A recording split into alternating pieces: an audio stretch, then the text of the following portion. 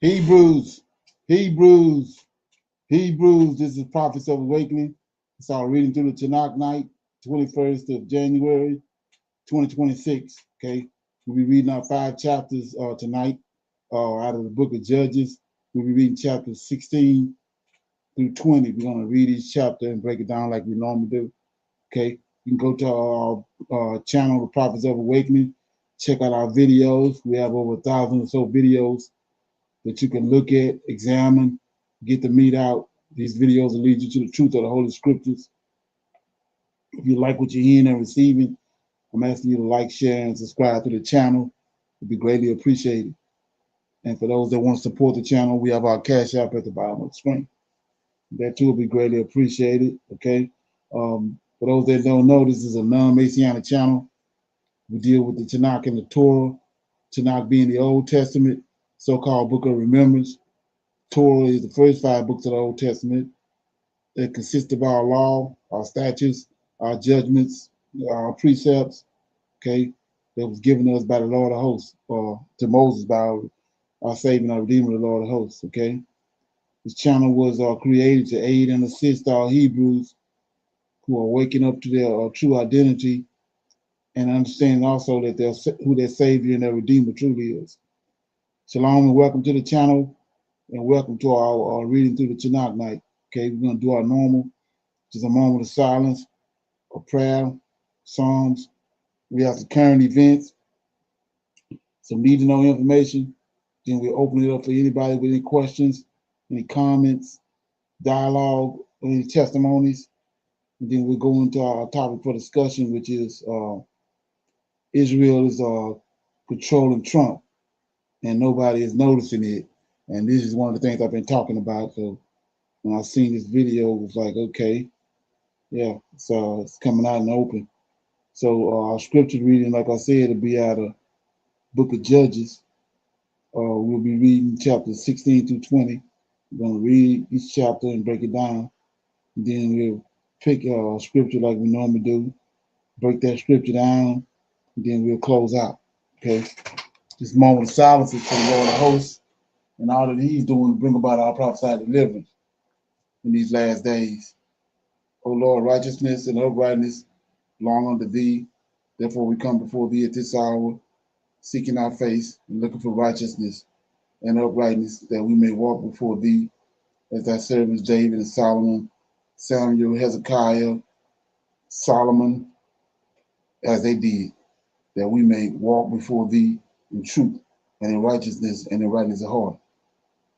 For we desire to walk after thee, O Lord, and to keep your commandments, the testimony, the statutes with all our heart and our soul, to perform the words of the covenant that was written down by your prophets. O Lord, allow thy face to shine upon thy people, and hear our plea, O Lord. Hear and do. Hide not thy face from us any longer, for we need you so very much at this hour. Peace be unto you. Okay? Read the song right quick.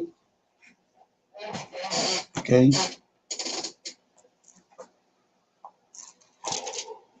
Okay.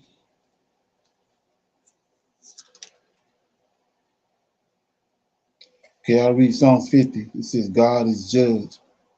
It's the song of Asaph.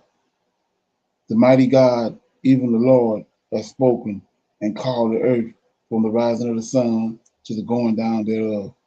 Out of Zion, the perfection of beauty, God hath shined. Our God shall come and shall not keep silent. A fire shall devour before him, and it shall be very tempestuous round about him.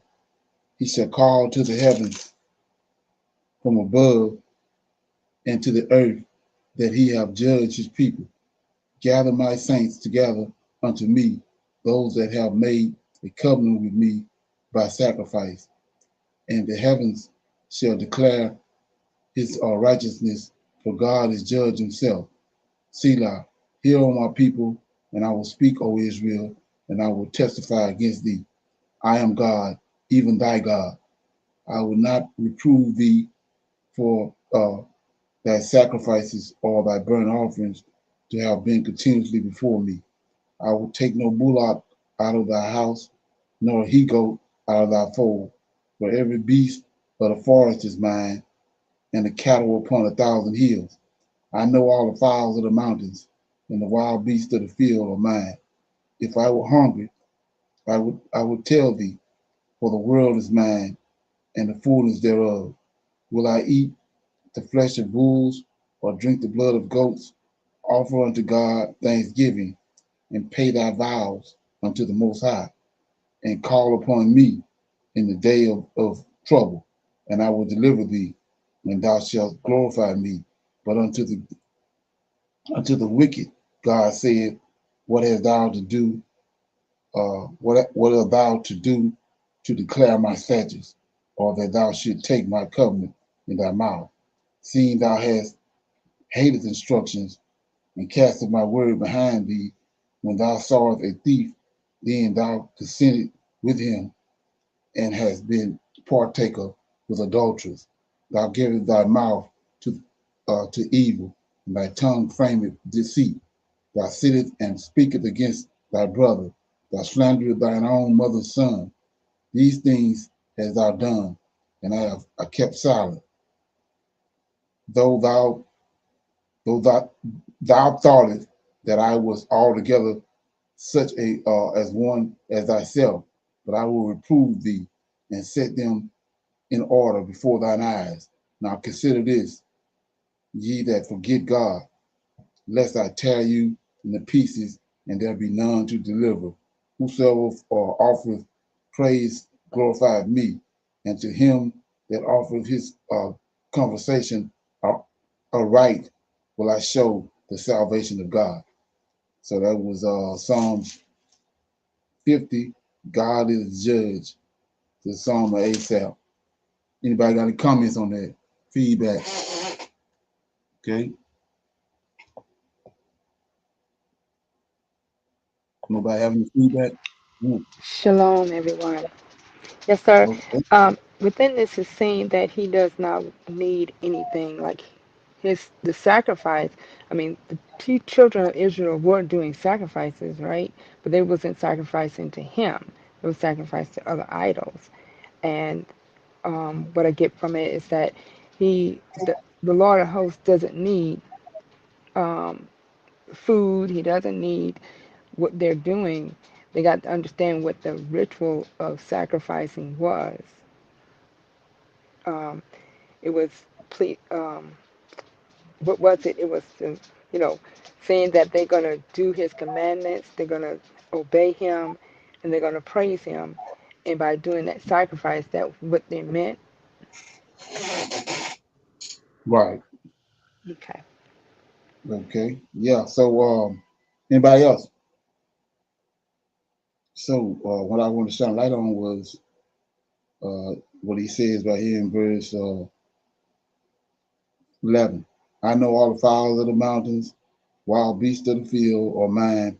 If I was hungry, I would not tell thee, for the world is mine, right? The earth, the Lord of hosts talking. The world is mine, food is thereof. Will I eat the flesh of bulls or drink the blood of goats? Now, his point I want to shine light on 14. He says, it's the Lord of hosts talking.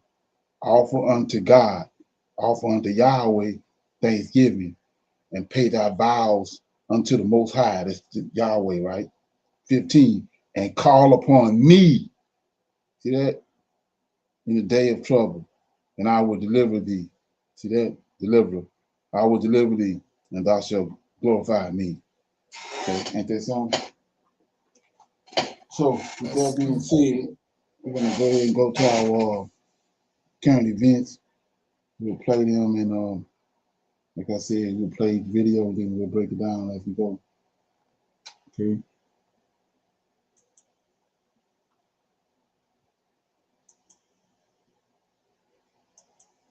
The man who bought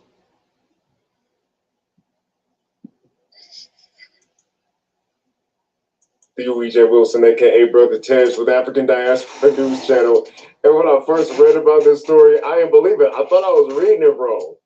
When it said Nigerians kidnap ICE agent, I thought that it was supposed to say that Nigerians were kidnapped by ICE agent. No, this This story just puts into perspective why I love my people so much, yo. Black people built different. I'm sorry. And of course, it didn't necessarily turn out the way that they probably wanted to, but this is the first I ever heard about an ICE agent going to kidnap somebody and themselves getting kidnapped. So listen, this is how the story breaks down. You got to hear this story firsthand from the news. Check it out. New details tonight. A man and woman are now in federal custody after police say they trapped a federal agent in a car and dropped him off at the New Hope Police Department. Federal documents say 24-year-old Oluwademi Lole Bame Boye and 23-year-old Rakia Frazier face charges for assaulting an Department of Homeland Security investigations agent. According to the criminal complaint, agents were watching an apartment parking lot in Plymouth when they tried to talk to Boya Baye about his immigration status. While trying to prevent the two from driving off, an agent became trapped inside the car and they drove off anyhow. So wasn't there any struggle with the names as wild work, but also apparently this is a trans diasporan couple, all right? The dude Nigerian, but I guess the girl is a Black American. So now we got some Black Bonnie and Clyde action going on. I don't know what the heck is happening in the world today, but this is what Minneapolis Public Radio News has to report. It says, newly released 911 transcripts reveal dueling allegations of kidnapping by Homeland Security investigations agents and a Nigerian man whom they tried to question about overstaying his student visa. Okay, immigrant family, you got to watch some student visas now. If you don't watch some student visas, they could expire on you, and you could end up having to kidnap an ICE agent, and things could go south real quick. So here's how the story continues. According to an FBI affidavit that accompanies a criminal complaint against Oluwadamilola Oguluwa Bamiboye and his romantic partner, Rakia Lionisha Lee Frazier. Now, you know that's the sister. Several HSI agents awaited outside a Plymouth, Minnesota apartment complex December 10th for Bamiboye to return. Frazier, 23, arrived in a Jeep SUV alongside Bamiboye, 24, in the front passenger seat. Okay, I'm gonna be mature. Okay, listen.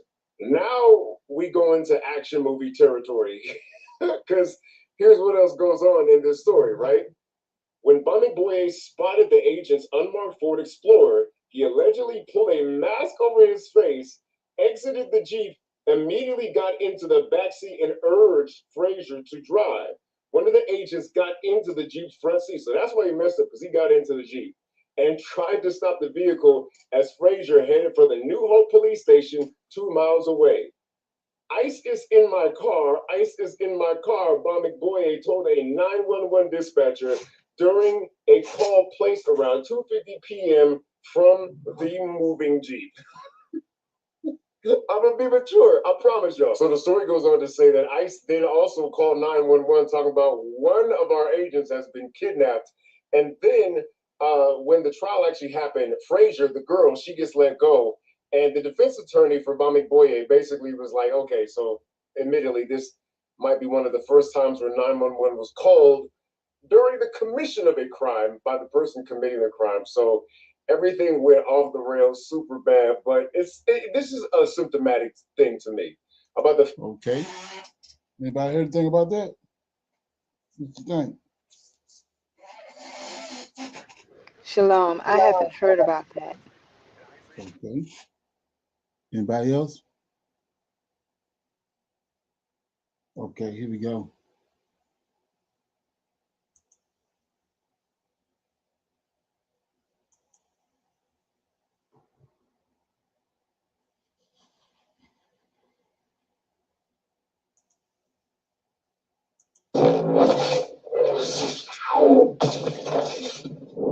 We're asking a question that would have sounded unthinkable just a few years ago. But today, it is being discussed in think tanks, ministries, and war rooms across Europe and the world. Hello and welcome. I am Nikita Kapoor, and you are watching Decode. And in this segment, we decode, are we staring at the end of NATO? And if NATO does end, what kind of world replaces it? More importantly, are we ready for that world? Let's break it down. Firstly, why is NATO suddenly under question. The trigger is not one event but a chain reaction. It begins with Donald Trump and his growing willingness to use raw force and military to reshape the world order. On January 3, US forces abduct Venezuela President Nicolas Maduro. A day later, Trump openly declares he wants Greenland. Now let's pause here.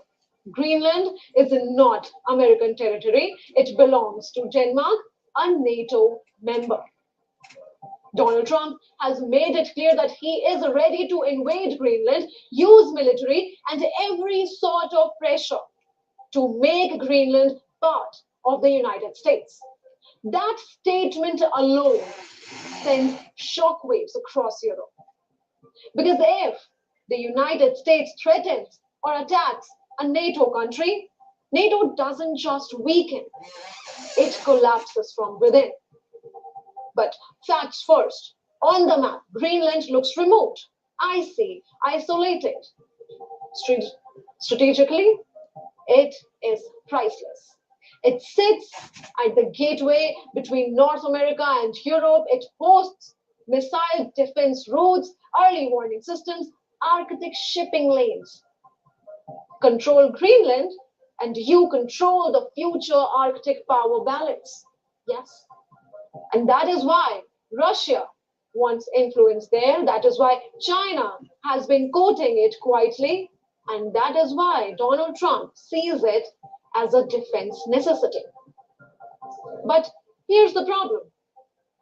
If the United States annexes Greenland by force or coercion, it destroys NATO's moral foundation. And NATO is not just a military club. It is a promise. Article 5 is the heart of NATO. The idea is simple. Attack one member and you face all. Now imagine this scenario. The United States attacks Denmark's territory and US is a part of NATO. So who responds? Germany, France, Poland. Against whom? The United States. That contradiction alone kills NATO instantly because NATO members bound by Article 5 will attack each other. Can you imagine what that would look like? And this is not exaggeration. This is reality now. And here's the deeper danger. This doesn't just help America. It helps Russia directly. Because the moment NATO fractures, Putin's core argument is validated. That powerful states can do whatever they want in their backyard. Ukraine today, Greenland tomorrow, Taiwan next. The rules-based order collapses, not because Russia destroys it, but because the West abandons it. Even 42 years old now, for the last 10 years, have been getting paid 10, 15, or 20. Weakest members. Without NATO, many European armies would not exist in their current form. Smaller states survive because NATO makes aggression costly. Bigger states cooperate because NATO forces discipline. NATO is also the backbone of global crisis response. Humanitarian missions, peacekeeping, UN-backed operations, all of it. Strip away NATO infrastructure and suddenly operations become slower. Coordination breaks down. Power vacuums open everywhere. The UN does not have NATO's muscle. The European Union does not have NATO's unity. NATO fills that gap. Why Europe hasn't seen a full-scale war in decades? This matters. Europe has not seen a pan-European war for nearly a century now. Not because Europeans became peaceful, but because NATO made war irrational. Remove NATO and old disputes resurface. Okay. Any feedback on that? What do you think? Shalom, everyone. I think that Trump is because he put a tariff. He was scheduling to put a tariff on Greenland, and then he changed his mind. He's pivoting on that, and he's trying to make negotiations with them. But at the same time, he still wants to, um, you know, So we take will. over. Okay. But I don't think that's gonna work. Okay. Right. So yeah, it can't work if it's like you said. They have that clause that says that if one nation in NATO, one country in NATO get attacked, everybody joins in to help that person. So if Trump attacks uh, um, that Greenland territory, then the rest of Denmark and the rest of NATO is going to attack America. It's automatic. Or if they don't, it's going to be like the lady said, it's going to dissolve NATO, and that's going to leave a big hole in in the world as far as who's going to stop Putin from doing what he want to do after that. With NATO gone, dissolved, and who's going to stop China? Anybody else got anything on that? We're going to see why all this going on in a minute though, because I've been screaming forever and a day, and it's all coming to the light, you know. So yeah, we're going to deal with that in a minute. So anybody else got anything on that? Okay, so here goes some need to know information. This is part of it right here. Okay, but let's check it out.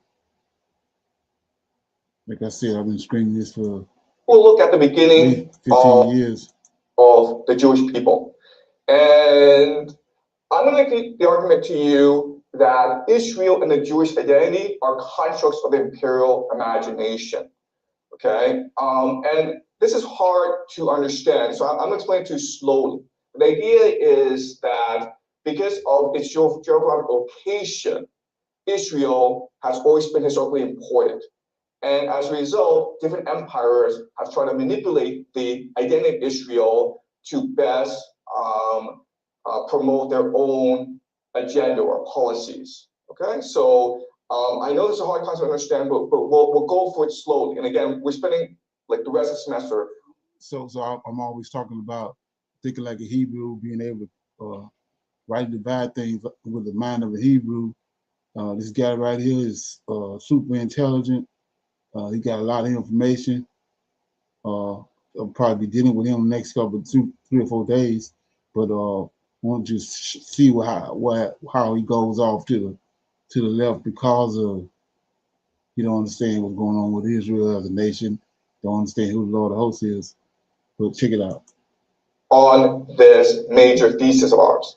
Okay, so now let's move on to Israel. Okay, we now know about the Persian Empire, how they managed their this above the pay grade system and why they are so effective. Okay, now let's talk about Israel. So remember that we read the Bible, and the Bible came about because David needed to legitimize his rule.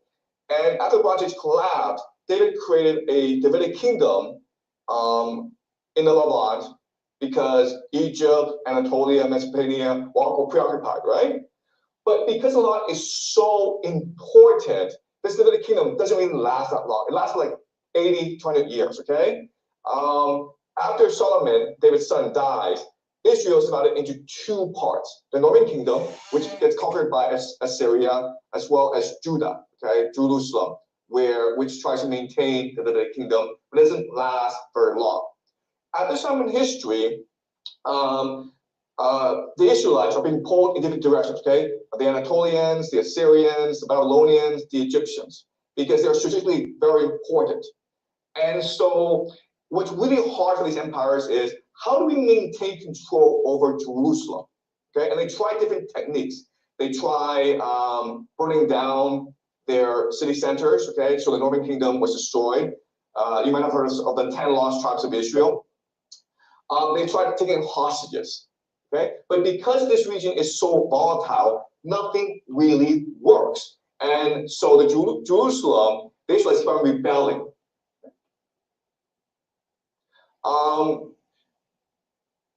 So this is the kingdom of Judah. And what happens is, for the longest time, the Babylonians are trying to deal with the Israelites. Okay, so they take hostages.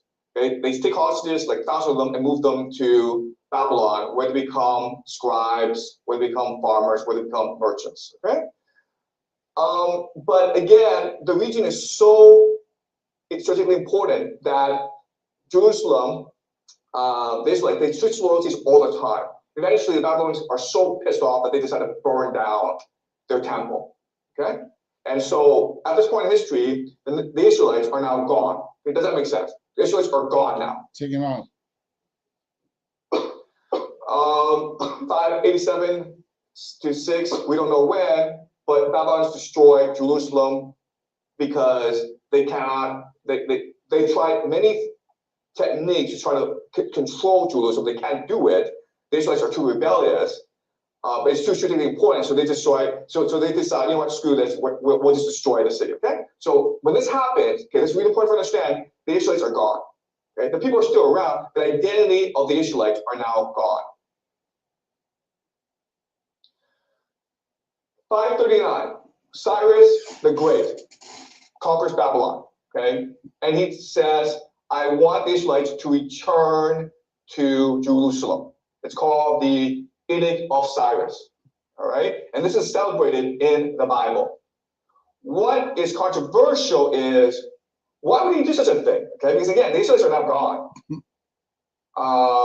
The Israelites who went to Babylonia, they may still keep their religion a bit, but they no longer have their land. They have changed as a people. Okay, so as an Israelite, you pray in the temple, but the temple is now destroyed. So now you pray in the synagogue. Okay, so the people have changed a great deal. So the question now is, why would Cyrus the Great go to Babylon and say, you know what, I want you Israelites to return to Jerusalem. I want you to reconstitute the nation of Israel. Why would he do that? Okay, so this is going to be a debate that will never ever end. Okay, so the Bible tells us that Cyrus the Great did this because God told him to do this. Really simple. God says, I love my people, the Israelites, send them home. Okay, and Cyrus the Great says, yes, of course, you're the great God. I'll do so. Okay, guys, that's how it happened. Okay, all right. So there are different explanations. Maybe the idea is that Cyrus wants to show all the Persian Empire, I'm religiously tolerant. You can practice your religion, you can celebrate your religion. That's what the Persian Empire is, an open, tolerant, generous empire. Okay, that's true.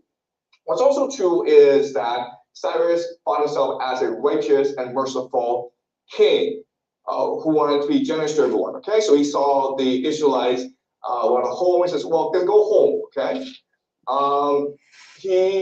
It's also possible that there's a faction within the Israelites who supported his Babylon takeover. Okay, I don't know if this is true. It's probably not true, but we can consider that as a possibility that the Israelites in Babylon supported his takeover, and so to thank them, Cyrus said, "Fine, I'll give you back Jerusalem."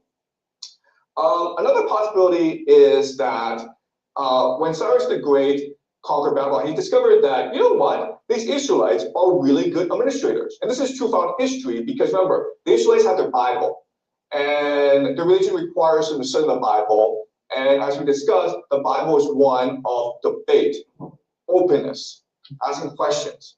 And so these are very literate intellectuals and they rise up very high in the Babylon administration. But this is true throughout history where Jewish people will rise very high in all empires, including the Islamic Empire, including the American Empire. Okay. I think the best reason for it happening is divide and rule. Okay.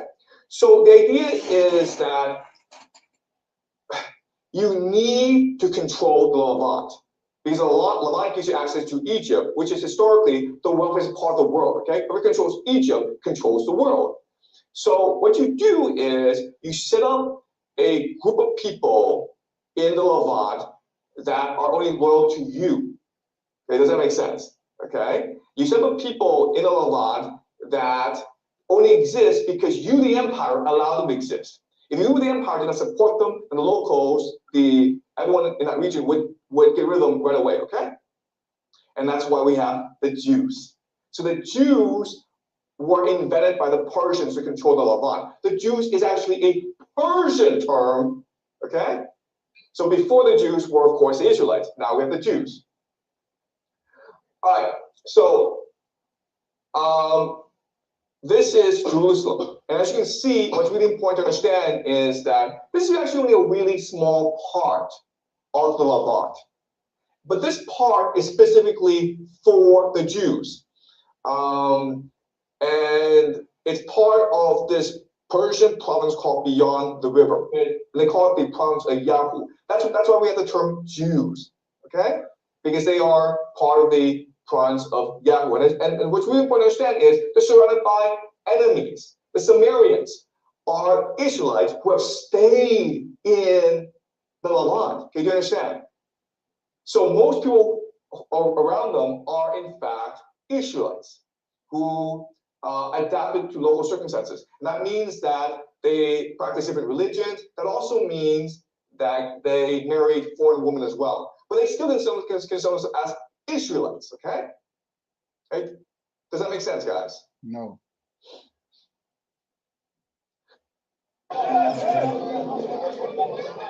Prophet sallallahu alaihi wasallam.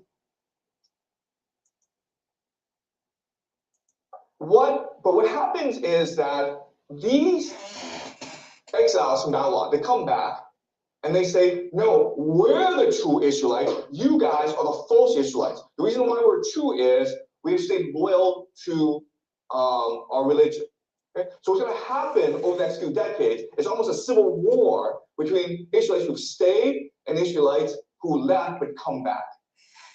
All right? And this is what the Persian Empire wants in order to maintain stability in the Levant, right? Because you have this small minority of exiles from Babylon who've come back and they're in conflict with everyone else, right? This is divine rule. So these are my 3 predictions. First of all, they're going to rebuild the Temple of Solomon. Okay, they're going to build the 3rd temple by destroying the Aztec mosque. They're going to do that sooner or later. Okay, that's the first thing. This is what I've been saying forever. They're going to be the whole thing. Everything we're looking at is about them rebuilding that temple. But they got everybody focus off on something else. They don't want to stay in that. They're going to do, and you know why? Because when we read the Bible, you see how happy they were. Okay, because they felt completed. They felt as though God is with us, God has forgiven us, God loves us. Okay, so building the 3rd temple is crucial to the identity of Israel today. Okay, so they're going to do this, and it's going to cause a lot of problems because, again, the Aztec Mosque is the 3rd holiest site in the Islamic world, and it's going to create a lot of conflict between Israel and the Islamic world. Okay, do they care? Not really. Okay, number 2, you can see how when the Jews returned, they were convinced that they were forced out of Jerusalem because they offended God, okay?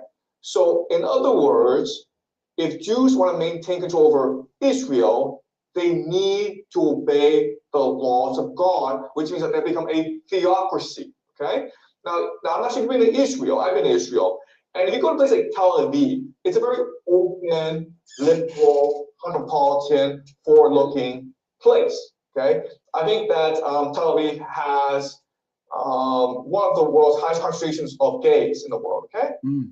Guess what? That's gone, okay? As Israel develops over time, it's become more and more of a theocracy, where the Bible is the law. Okay? And the 3rd thing is that we can expect that as the Pax Judaica expands, more and more Jews will return to Israel. Look, the reality is this. If you look at the Middle East, Israel is the greatest power in the Middle East. There's no force in the Middle East that can prevent Israel from expanding, including the Pax Judaica, which is their ambition. Okay, so this is just an introduction. But the thing I want you guys to remember is that, first of all, the Jewish identity, it is fluid, it's flexible, it's open. It was created by empire for the purpose of maintaining empire. Okay, and we're going to see this throughout history as well. All right, so was this clear to you guys? Are there any questions about today? Okay, yeah. So how does the Persian state control, like Persian control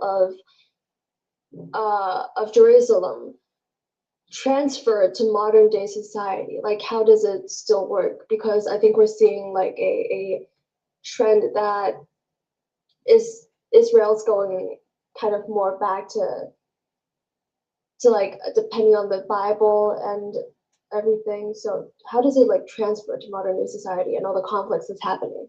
Okay, so Persia wanted to divide and conquer the Levant. Okay, they're afraid that if the Levant becomes too stable, the Levant might settle with Egypt or another power, and they lose control of the Levant, which directly impacts their capacity to trade and control the world. Okay, so the way you control the Levant is you create this entity that is conflict with everyone else. And now what happens is that both this entity, Jerusalem, and its enemies rely on you, Persia, to manage the conflict. Okay? And this is what's happening today in Israel because who's the empire? America's the empire, right? Israel has all these conflicts with nations in the Middle East, right? They have conflicts with Turkey, they have conflicts with Egypt, they have conflicts with the Gulf nations, they have conflicts with basically everyone, okay? So who does everyone need to manage this conflict? America, right? Saudi Arabia, Israel, Turkey, Egypt, they all require the United States to come in and say, hey guys, let's just get along. We're just one big family, okay? This is all intentional in order for America to maintain dominance over the Middle East. Who's very unhappy about this? Israel. Which nation is very unhappy about this? Israel, okay? Right? Israel's gonna piss about this. So we can expect that over time what's gonna happen is a major conflict between America and Israel. There's gonna be a divorce, basically. And my argument to you is that Israel will win this conflict, and as a result, Israel will become the dominant power in the Middle East. Because the Jews know their own history. The Jews read the Bible every day. They know what the Persians did. They know what the British did. They know what the Americans are doing today. They don't want this. They don't want to become a servant, a slave to empire. They are a servant and slave to their God, but they don't become a servant and slave to the empire. So they need to get rid of the empire and establish their sovereignty.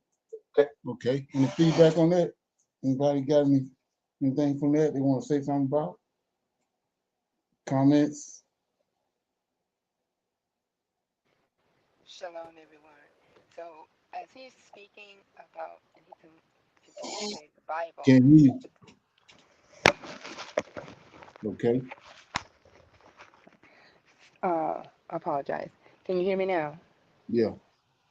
As he's speaking and he's referring to the Bible, he doesn't have all the books.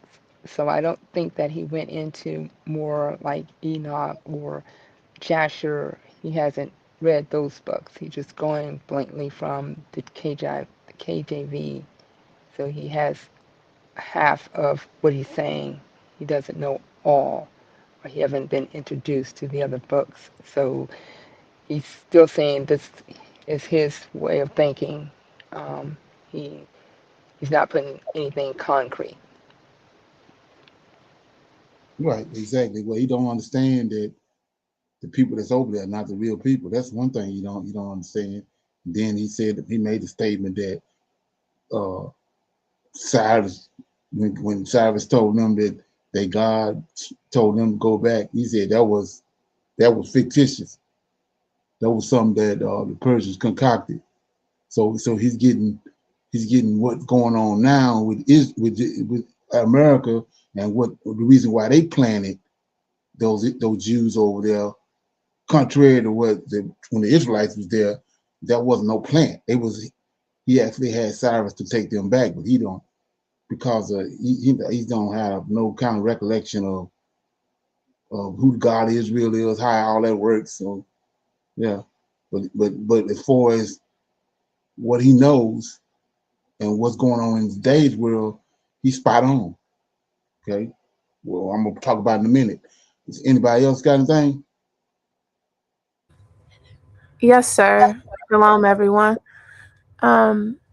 Very interesting. I had listened to this man a couple of videos, including this one, and it's him talking about they know their culture in his own words, however he phrased that. Like you said in the beginning, just him not really understanding who's who in the Lord of Hosts. But I agree, Brother Leonard.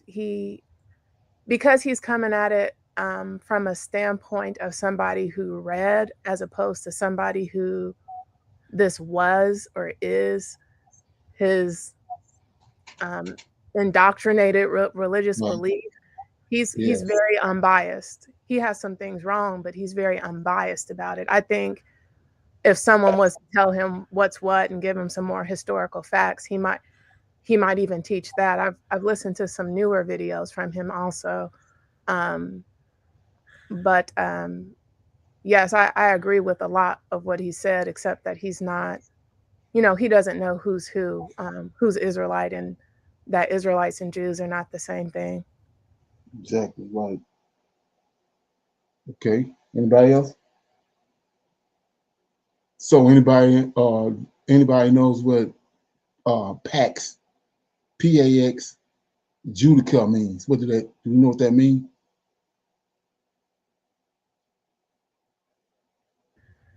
No, sir, I've not heard of that. Well, he when all his videos.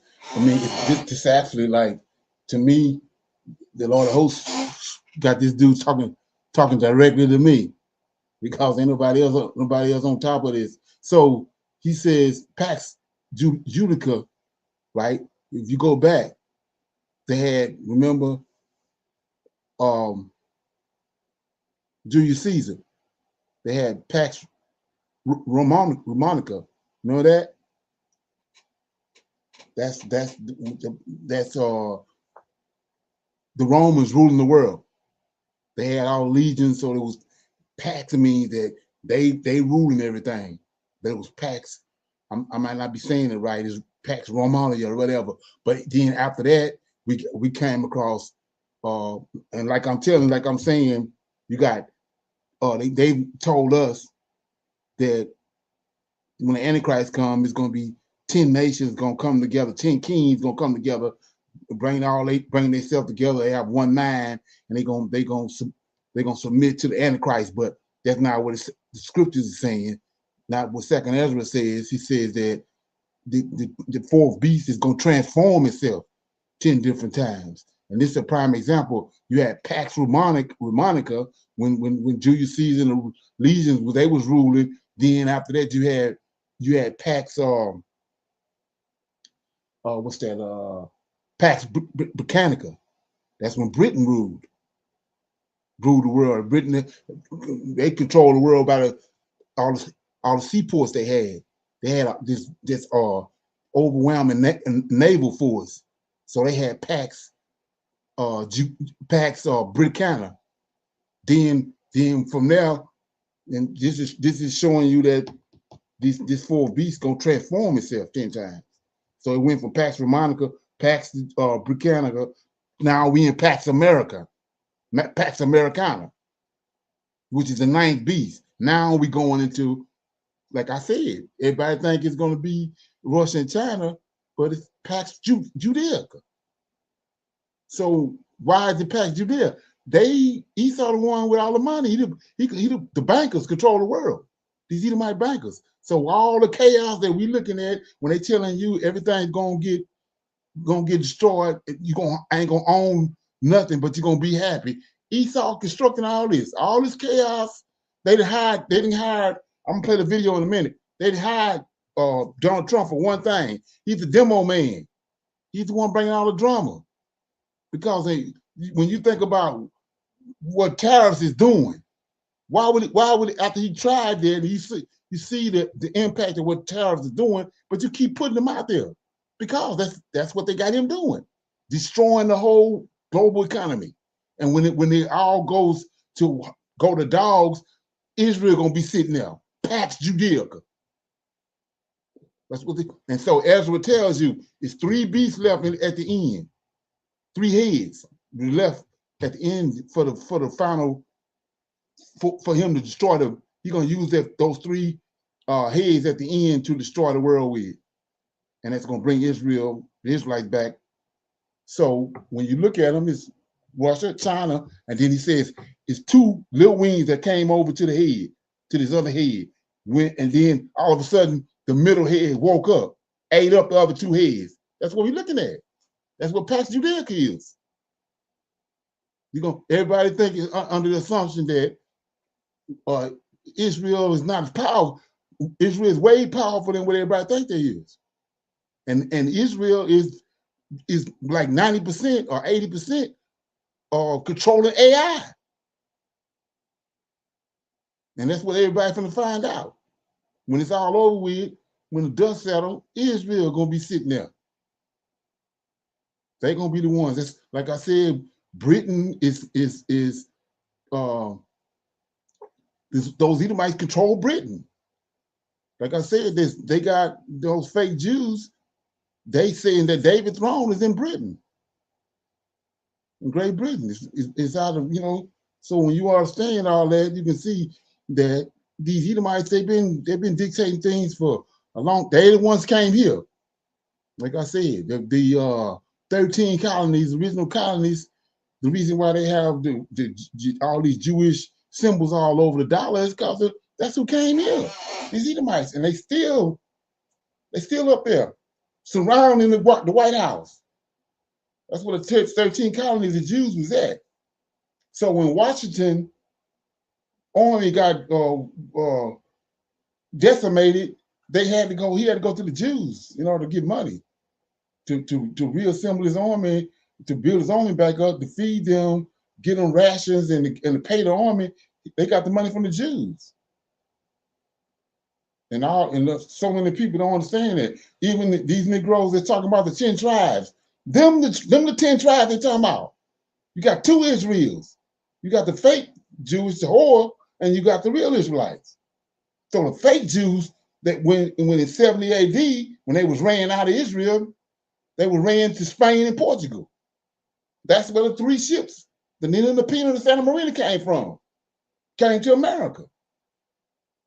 So that's them, not the real Israelites. So when they talk about the 10 tribes, all that stuff is been concocted and construed by these Edomites. And if you don't know no better, you'll be sitting there, you'll be spewing that information, not knowing what the hell you're talking about. So that's what that is. All that is what they concocted. So like this guy is saying, which is where he's spot on at, that's what's coming into the world. Pax Judaica, which is the temple. That's what's you're gonna know when you're in Pax Judaica, when the temple go up. That's what they concocting. And they're so close. Nobody have no idea how close it is. Okay. And like I said, this dude right here, Lord of Hosts, got to be using him. For anybody that don't understand what's going on, he's screaming it out loud. Nobody is going right over people's head. The same way when you tell them who the Lord of Hosts is, it's going over their head.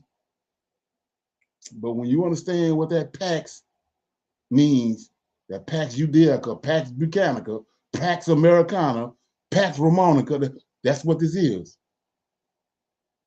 It's the 10th beast. The head that Ezra said was going to awake and eat up the 2 other heads. That's China and Russia with the monetary. It's going to cause collapse. Then he's going to look at Israel, going to be sitting there on top. Okay. Any feedback on that?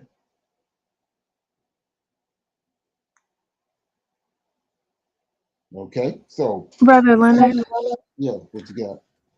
Not feedback. I do have a question. With China, and I know a few classes ago, last week we talked about Ezekiel 38 with China. And I know you spoke on this before, but I forget. Edomites are playing a role in Jews and also China simultaneously, or is China and Russia not affected by Edomites? Are they non-Edomites, I guess is the word. What you have to go back and you have to understand, why are they saying that they follow their bloodline to the woman? When the plainly tell us, the Creator and showed us in the order for Israel, the real Israelites, is that the male possesses the seed. The woman, though, is mitochondria. She'll have no seed. So why are these people, like I said, we know that they learn it. They got the Knesset over there in the middle, sitting in the middle of Israel, the thing shaped like a scroll. So they learn it. So why is they saying that the woman, that they follow their lineage to the woman? Because that's how they're ruling. You got to go all the way back to when how he got Zephno, how Esau got Zephno, how he got Amalek, how he got all these giants, mighty men in his lineage. They married those Horite women, Rebecca and Isaac pleaded with him not to marry outside his lineage, but he didn't care. He wanted those mighty men in his lineage. So he married those giant women to get the mighty men, which is Amalek, Zephno, those men. Okay, then when you come to modern day, how did they get control of Europe? He sent his Edomite women to those countries. They married into those lineages. And then, like I said, when you understand who these people are, they poisonous. Like the guy that they're using, for the picture, the guy they used to paint the picture of JC was Caesar Borgia. So what was his skill? He was a trick type poisoner. He knew how to poison people and kill them. And so that's what all these women had the ability to do. So they sent them into all these countries, married all these royals, these kings, all these different countries, and then they killed them. And after they killed them, now here they sitting at the queen. Now the Edomites, bankers back in the background, here they come.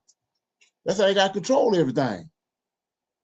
Through the women. You go to Great Britain, the history of Great Britain, all those red-haired women, Bloody Marys, the Edomites. To this very day, like I was saying, when I was leading the people to those different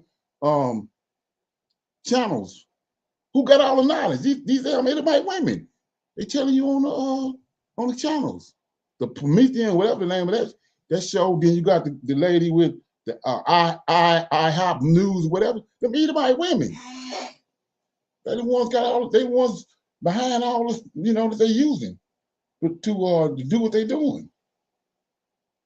The transatlantic slave trade, it was Edomites on the ships. Then they came to the plantations. Edomite women, like they telling you about how vicious they was on plantations. It was them. That's why they using it. That's why they follow their lineage to the woman, which make no sense. But that's the reason they doing it. And that's where everybody cyborged at. They don't understand none of that. So right to this day, even now with the Israeli lobby, that's how Trump got in the office. Like I said, even when I was playing yesterday with the fast food restaurants, all the food that they get, all the fast food that they have at these fast food restaurants, it came into existence when they killed Martin Luther King, and then all the blacks destroyed all the black cities. And what they did was burn down all of the wells that the blacks had, and burn down all their grocery stores and all that. So then the black neighborhoods didn't have no source of food. So then they waited a few years and they came out with those fast food restaurants. Feeding us poison, but they making, it's no different than what they made off of the plantations. They're making all this money off these plantations. Them the people that's buying these politicians. That same money. These Edomites. And once you figure out, once you see who they are, and you see that DNA, you can spot them a mile away. But a lot of people don't understand what it is. Hollywood, all the stuff you see, they dictating everything. And now it's coming to a head. They want the temple, and that's what we looking at. They're destroying the whole world, and they finna come out with this Pax Judea. They're gonna rule the world from Jerusalem. They want with the temple there. Okay. Anybody got any feedback or questions? Yes, sir. Thank you. Shalom. Brother Leonard, so, and now I'm remembering from other classes and videos. So basically, it would be correct to, this is a question, would it be correct to say ever since the Chaldeans, Babylonians came in to the southern kingdom, and Edom and Esau, all of his lineage, helped burn down the temple, that they've always kept following whoever had the empire or whoever was basically Pax Romania, Greek. I mean, they just kept following. So they're always try to play a hand in who's ever leading. Well, you gotta look at the fact that what Isaac told them. I had a couple classes on that. When Jacob went, Rebecca sent him to go and dress up like Esau, right? And she made the pottage, so then she did that because Abraham had a vision, told her what to do. When the time come, he told her what to do. She did it, and Jacob received the blessing because Isaac loved Esau. He was gonna give him the blessing. So Abraham told him what to do. Well, anyway, when Esau came in and seen that he had lost a blessing, he cried out. Then Isaac told him, "It's gonna come a time when you're gonna break your brother's yoke off your neck." Okay, that's happened when Antioch Epiphanes came. Nobody knows that. They don't understand that it was in 143 BC. Israel was kicked out of the land of Israel for good. Then Esau came in posing as the Israelite. That's when the harlot came on the scene. But in the Western world and these so-called Christians, they twisted it all up and got you thinking those were the real Israelites in there. They got ran out of 70 AD. But Israel left way back in 143 BC. That's how you get guys like this that don't know what the hell they're talking about when it comes to that. So they was kicked out in 70 AD, like I said, and sent to Spain and Portugal. Those are the people behind, they the ones knew who we were. That's who monitored us for years before they finally came with the slave ships. They the ones orchestrated the transatlantic slave trade and the sub-Saharan slave trade. Esau, Ishmael, they the ones behind that. And that's where everybody hoodwinked at. And then they denigrated our God, our Savior.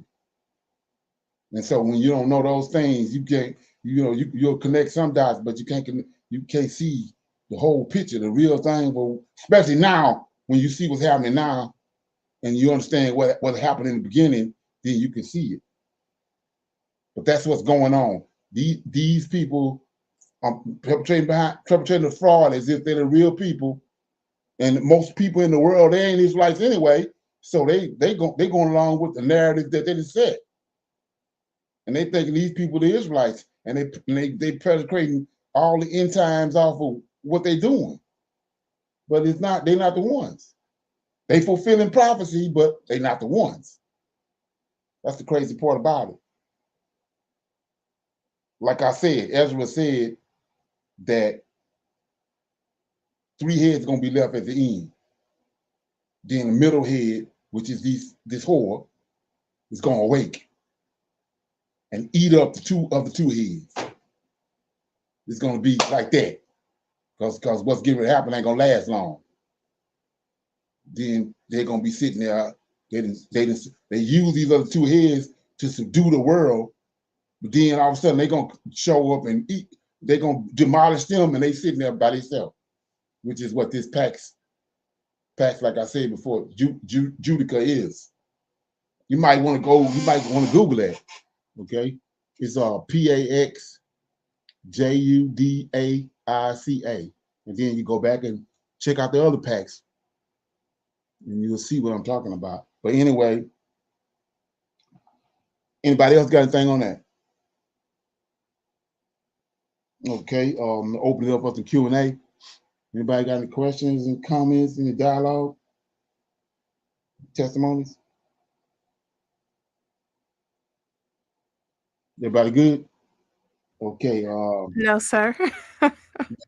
I have a million questions, so cut me off at any time. In Nehemiah 7, verse 7, and I don't even have it open. I just wrote down my questions. One moment.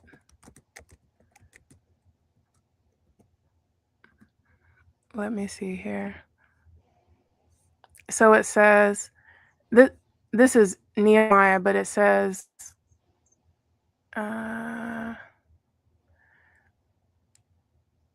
who came with Zerubbabel, Jeshua, Nehemiah, Azariah, Rehemiah, Naamani, Mordecai, Bilshan, Mispereth. And I'm stopping there. It's more. My question is the third name, who came with Zerubbabel, Jeshua, the second name, Nehemiah. Nehemiah is not talking about himself. I heard last night when you and Brother AJ were talking that Nehemiah came after Zerubbabel. Do you know who this Nehemiah is that came with Zerubbabel and the priest? That's the same Nehemiah. He's the same guy. If you keep reading, you'll see all the other people that you see in scriptures. They, like I was saying, people don't read it, but it says in Ezekiel that he was by the river Shushan, by the palace, in the palace. So Ezekiel is in the captivity in Babylon. And so Right. when you understand he in the captivity in Babylon, so you go to Ezekiel 40. He was shown a vision of a temple. What temple is he shown? If he in captivity in Babylon, he's shown Zerubbabel temple. Not the temple these Negroes talking about getting ready to be built. He in the captivity in Babylon, and the Spirit of the Lord came upon him, and he showed him, angel came and showed him the temple that's going to be rebuilt, Zerubbabel temple.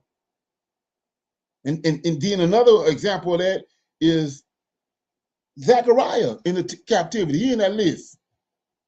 Them the actual same people. So Zechariah, you got to go to chapter 9 and 9.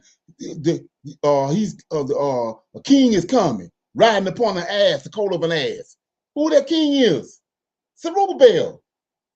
All them in captivity in Babylon. You can't fast forward what Zechariah saying when he in the captivity and fast forward and say that's Jesus.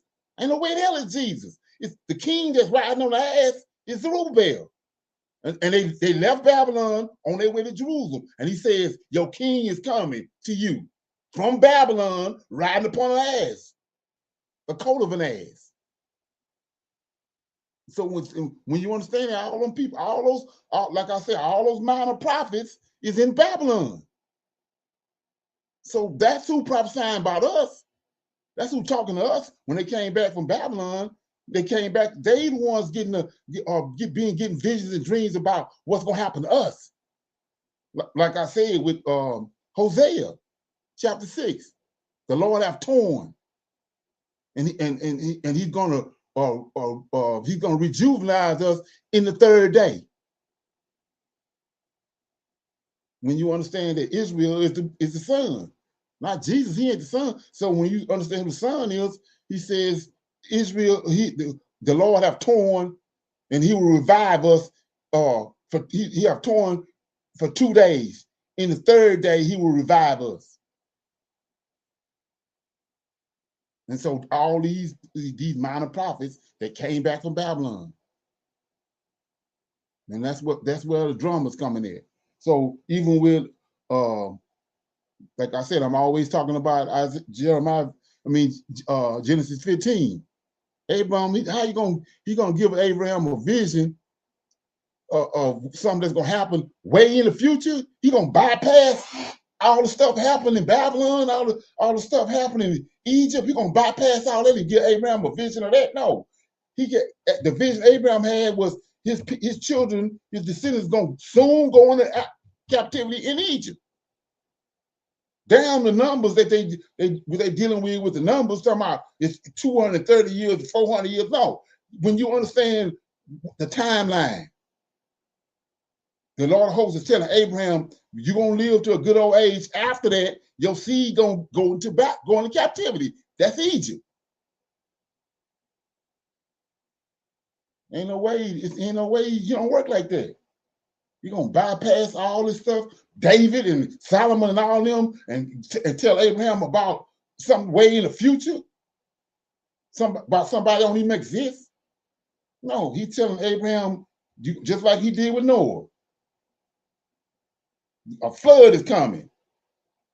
He told Noah, he prepared Noah for the flood. Noah did what he had to do. Noah passed away. Same way with Abraham.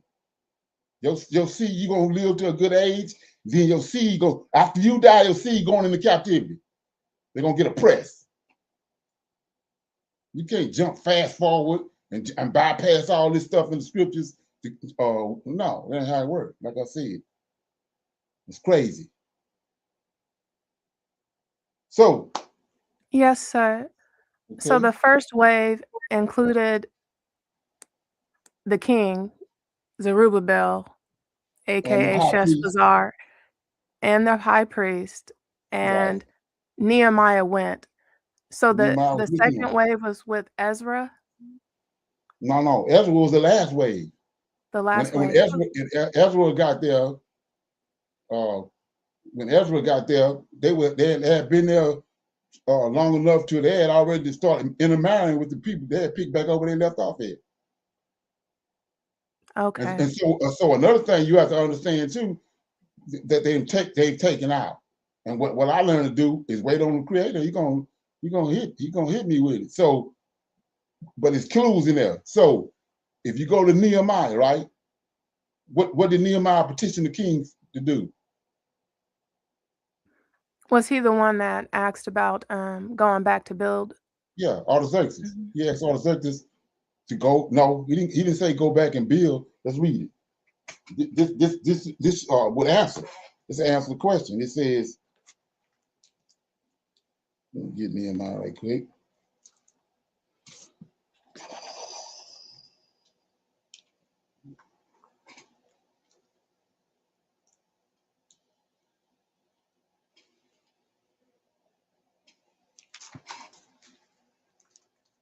Nehemiah says, and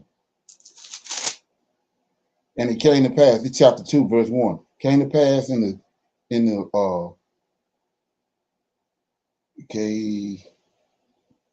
the month of Nisan, in the 20th year of Artaxerxes, king, that wine was before him, and I took up the wine. This I is or Nehemiah. I gave it unto the king. Now I had been before time sad in his presence. Wherefore the king said unto me, why is thy countenance sad, seeing that thou art sick? Thou art not sick. This is nothing else but sorrow of heart. Then I was very sore afraid, and said unto the king, let the king live forever. Why should not my countenance be sad? Here we go. When the city, Jerusalem, the place of my father's sepulchres, right here, this tied to Ezekiel 37, father of my father's sepulchres, lie waste, and the gates thereof are consumed with fire. Then the king said unto me, for what doest thou make a request? See that? So I prayed to the God of heaven. Now here you go, the answer. And I said unto the king, if it please the king, if thy servant have found favor in thy sight, that thou that would have sent me unto Judah, see that, unto the city of my father's sepulchres, that I may build it. And the king said, check it out. The king said unto me, the queen also sitting by him, for how long? See that? So he went back. He went home, but he went back. He came back with Zerubbabel. He went with Zerubbabel, but he came back. See that? So he says, for how long shall thy journey be? And when will thou return? See that? Yes, So sir. it pleased the king to send me. And he set me a time. See that? So he had a certain time he had to be back. So Zerubbabel went, but he came back. Then he went back. Okay, yeah. You see that? Yes, sir. Thank you. But we read over that because, like I said, the average person, they don't know none of that stuff, so they wouldn't see that because they so cool, inundated by New Testament and JC. They won't see those things. But the sooner you get rid of JC, a lot of these stuff started coming to the forefront. Okay. Same verse, Brother Leonard. What's that? Nehemiah 7, verse 7. There is a name in there that is spelled Nehum. And my question is this the same Nahum from Nahum, the prophet from the northern kingdom, or is this completely a different person? Let me see. I would say yeah. The same, like I was saying before, when you go back to Cyrus, right? Well, let's say Nebuchadnezzar. Nebuchadnezzar had control how many provinces in the world when he became the king of kings? How many provinces did he control? I do not know. 172. Then Cyrus conquered him. Cyrus conquered him. Now Cyrus controlled 172 provinces. That's why he called the king of kings. So what's you saying? So Assyria is one of those provinces.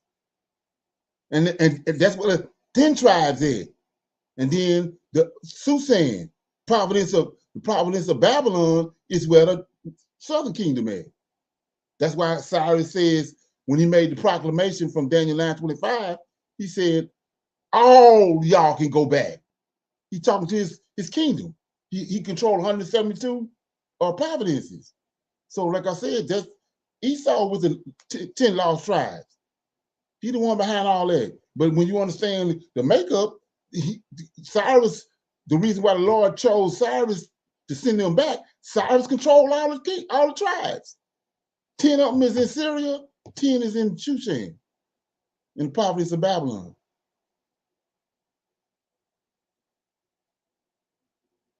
So that's like I was saying, when you started to see all those things, it's a joke.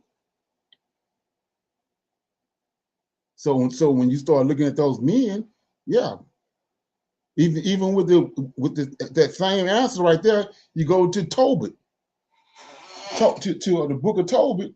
They give you the same names. That story is about the 10 tribes over there. They're all part of Cyrus and Nebuchadnezzar kingdom, but they over there with the Israelites that's in the Syrian captivity. That's over in Assyria, the province of Assyria. That's what Tobit is talking about, because he's leaving from I can't think of the name of that city, but he's leaving the city. It's over there in Syria, and he had to go to this other city to get his daddy's money or his diary or whatever. But it's when you look at those names and you go look at it, that's over there. It's talking about Assyria, and that's the reason Jonah was sent there. But they didn't throw that off because they got you thinking it's trying to tie Jonah to JC. But Jonah is sent to Assyria because the 10 tribes is in Assyria. Okay? Yeah. So I'm about to open it up for somebody else. Somebody else got something?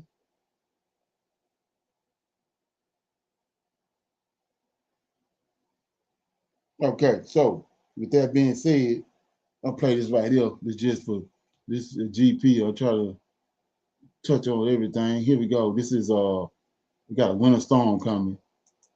I said I was gonna play this.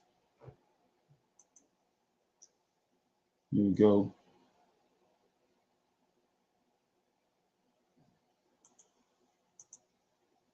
Here we go. More than 30 states are now on high alert. Many cities and states have issued states of emergency as a result of a massive winter storm. It said 30 states. This massive winter storm to target over 180 million from Texas to New England with potentially damaging ice and heavy snow. What we are hearing right now is that this massive winter storm is going to impact more than 30 states, and it is going to bring treacherous storms to those states, to those areas. If you are not prepared, this is a video you need to watch so you are prepared for what's coming at the end of this week. Just look at this. The next big winter storm is loading up, and this is going to be one worth watching. We're expecting to see this blast across millions for the South and pushing into parts of the Southeast and even the Mid-Atlantic by the time everything's said and done. This is a major storm, and this is a bit of a whopper, especially as we go into the weekend. Texas has already activated a state of emergency in response to this. We also have the hurricane hunters that are flying into this to get some new data as well. So look how massive this storm is. We have all eyes on this here at Fox Weather because there's so many different layers, so many different chapters that we're going to be watching moving forward. This is all being sourced by that Arctic air that we just talked about. It finds its way all the way down into the Central Plains. And as it does so, we're looking at not only snow being a big issue there in the... Okay, I'm going to have to cut that off. Got some more stuff to cover. So anybody heard about that? No, sir. Shalom, everybody. Okay. Go ahead, Brother Jay. I'm sorry.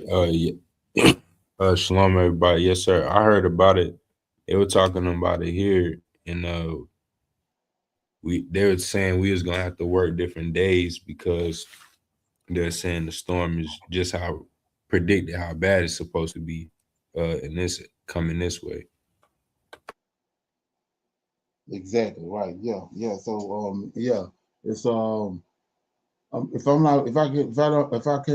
I recall, around kind of like deja vu because I could have swore this time last year they said the same thing. A storm came just like this, but not as bad. Well, they had predicted it was going to be this bad, but it didn't turn out this bad. Now here we go again. This same time this year, here it go again. Okay. So yeah, I just thought I'd put that in there.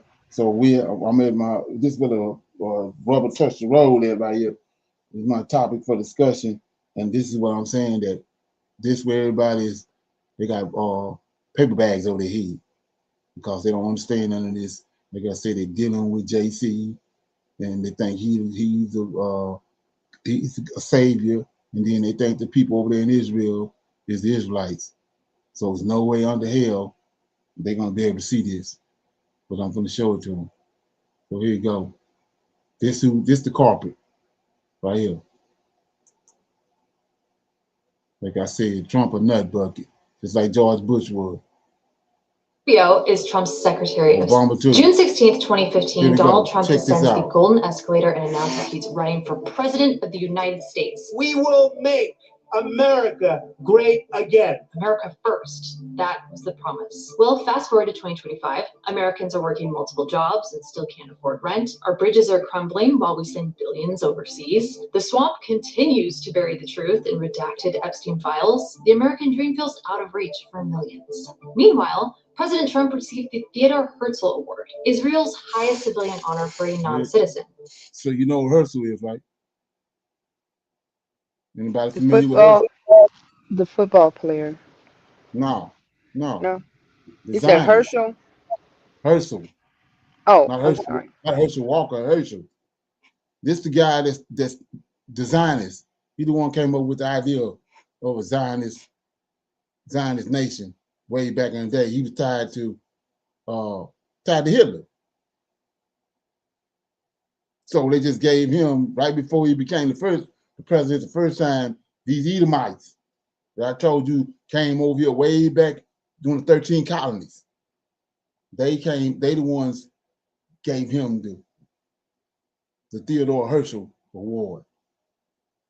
Okay, this is how far this go back. And like I'm saying, it's going over people's head because they have no idea about none of this. But check it out. Named after the founder of political Zionism, by the way. And just this week, Mark the founder of political Zionism, Levin, one of the biggest names in conservative media, called him Our first Jewish president. first Jewish So president. what happened between that golden escalator and this moment? How did the America First president become the Israel First president? Is Trump being controlled by Israel? Yeah. Well, I did some digging into this, and let's just say that by the end of this video, you might just see our so-called America First president in a whole new light, because it's genuinely scary how deep this goes once you look past the surface. So let's start with the facts, because before we talk about why Trump has been so loyal to Israel, you need to understand what he actually has done. And the policy record is undeniable. Hey, it's Adam with Vantage. Come on, man.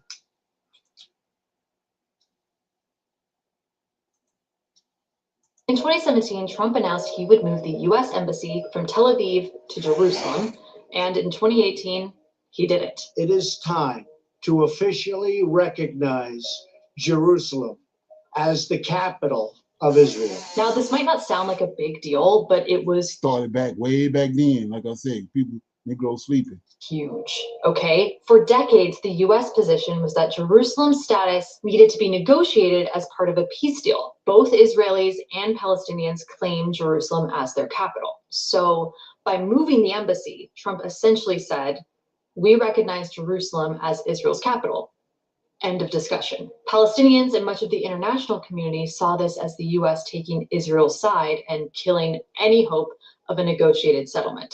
Then in 2018, Trump withdrew the U.S. from the Iran nuclear deal and imposed crushing sanctions on Iran. Now, this was one of Israel's top priorities. Netanyahu had spent years lobbying against the Iran deal, and Trump delivered. In 2019, Trump went even further, okay? He recognized Israeli sovereignty over the Golan Heights, territory Israel captured from Syria in 1967. Under international law, it's considered occupied Syrian territory. No other country had recognized Israel's claim to it until Trump. And in response, Israel named a settlement in the Golan Heights Trump Heights.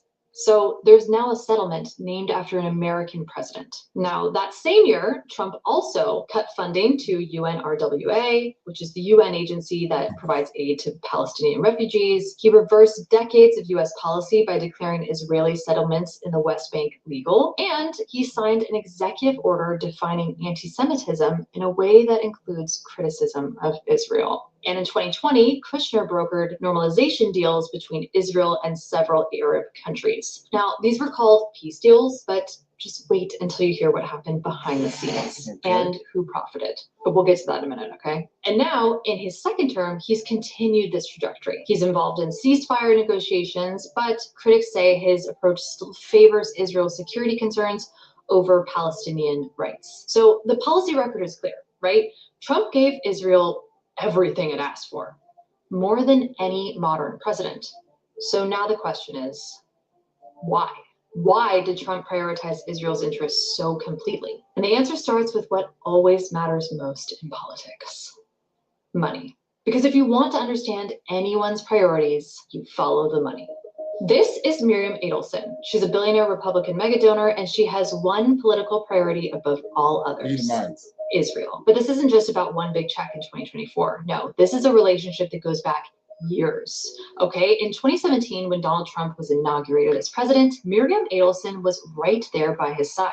She and her late husband, Sheldon Adelson, were major funders of Trump's 2016 campaign. They gave tens of millions of dollars. But let me tell you about Miriam Adelson's background, because it explains everything. Miriam Adelson was born in Israel. She served in the Israeli Defense Forces. And her life's work? Well, promoting Israel and Zionism. In Las Vegas, she founded a school the Adelson School. And this school does something really interesting. Every morning, students recite the Pledge of Allegiance to the United States flag, and then they sing the Hatikvah, which is the Israeli national anthem.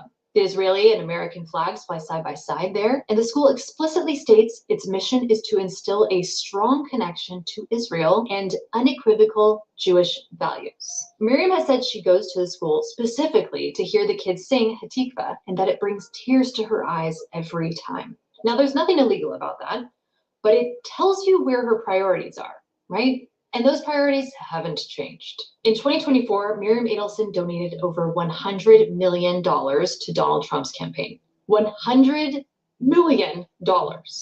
That makes her one of the largest single donors in American political history. Trump has publicly acknowledged her loyalty to Israel, saying she cares more about Israel than even about America. I'm going to get her in trouble with this, but I actually asked her once, I said, so Miriam, I know you love Israel. What do you love more, the United States or Israel? She refused to answer. That might mean Israel, I must say. And he said that like it was a compliment, but also kind of like he shouldn't be saying it. You know what I'm saying? But here's what you need to know. Miriam Adelson didn't just write a check and walk away.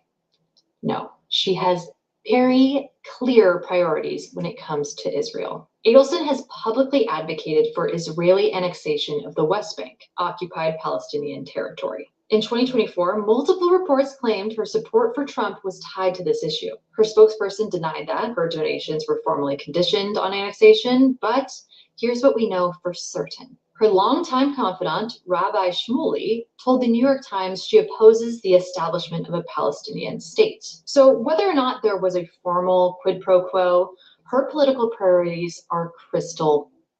Want a front row seat to see exactly what areas of the stock market my team is moving money. These align perfectly with the most hardline pro-Israel positions possible. But it's not just Adelson. No. Since 2020, pro-Israel PACs and donors have spent over $230 million benefiting Trump's campaigns and affiliated groups. That includes AIPAC, which I'm sure we're all familiar with at this point, but that's the American Israel Public Affairs Committee, which has become one of the most powerful lobbying forces in American politics. That's where all this coming AIPAC from. spent millions supporting Trump-aligned campaigns. Everything we're looking at, these Edomites, they behind it. Like I said, it's about that temple. Candidates in 2024. Their strategy? Well, support politicians who unconditionally back Israel, oppose anyone who questions that support. And it worked. In 2024, 98% of AIPAC endorsed candidates won their races. The results are in. George Latimer defeats incumbent Jamal Bowman. Incumbent Republican Bob Good has been defeated by challenger State Senator John McGuire. Missouri Democratic Congresswoman Cori Bush, known for being part of the Squad, will no longer serve in Congress next year. Now, I want to be clear. This technically isn't illegal. This is how American politics works, apparently. But when you're trying to figure out why American foreign policy looks the way it does, why we send billions to Israel every year, why we veto UN resolutions criticizing Israel, why certain policies get prioritized, well, you have to look at who's funding the politicians making those decisions. And in Trump's case, the money is overwhelmingly coming from people whose top priority is Israel, not America. And if you're just now realizing how deep this goes, hit that like button and subscribe because we're about to go even deeper. Now, let's talk about family. If you want to understand Trump's Israel policy, you can't ignore his son-in-law, Jared Kushner. Jared Kushner and Benjamin Netanyahu, Israel's prime minister, go way back. Like, way back. Netanyahu used to stay at the Kushner family home when Jared was a kid. They have known each other for decades. So when Trump became president, he made Jared Kushner his senior advisor and gave him a major role in Middle East policy, including Israeli-Palestinian peace efforts. Think about that. A guy with no diplomatic experience whose family has deep personal ties to the Israeli prime minister was given significant influence over Middle East peace. Kushner's big accomplishment was the Abraham Accords, normalization agreements between Israel and several Arab countries like the UAE and Bahrain. The President of the United States, the Prime Minister of the State of Israel, and His Highness.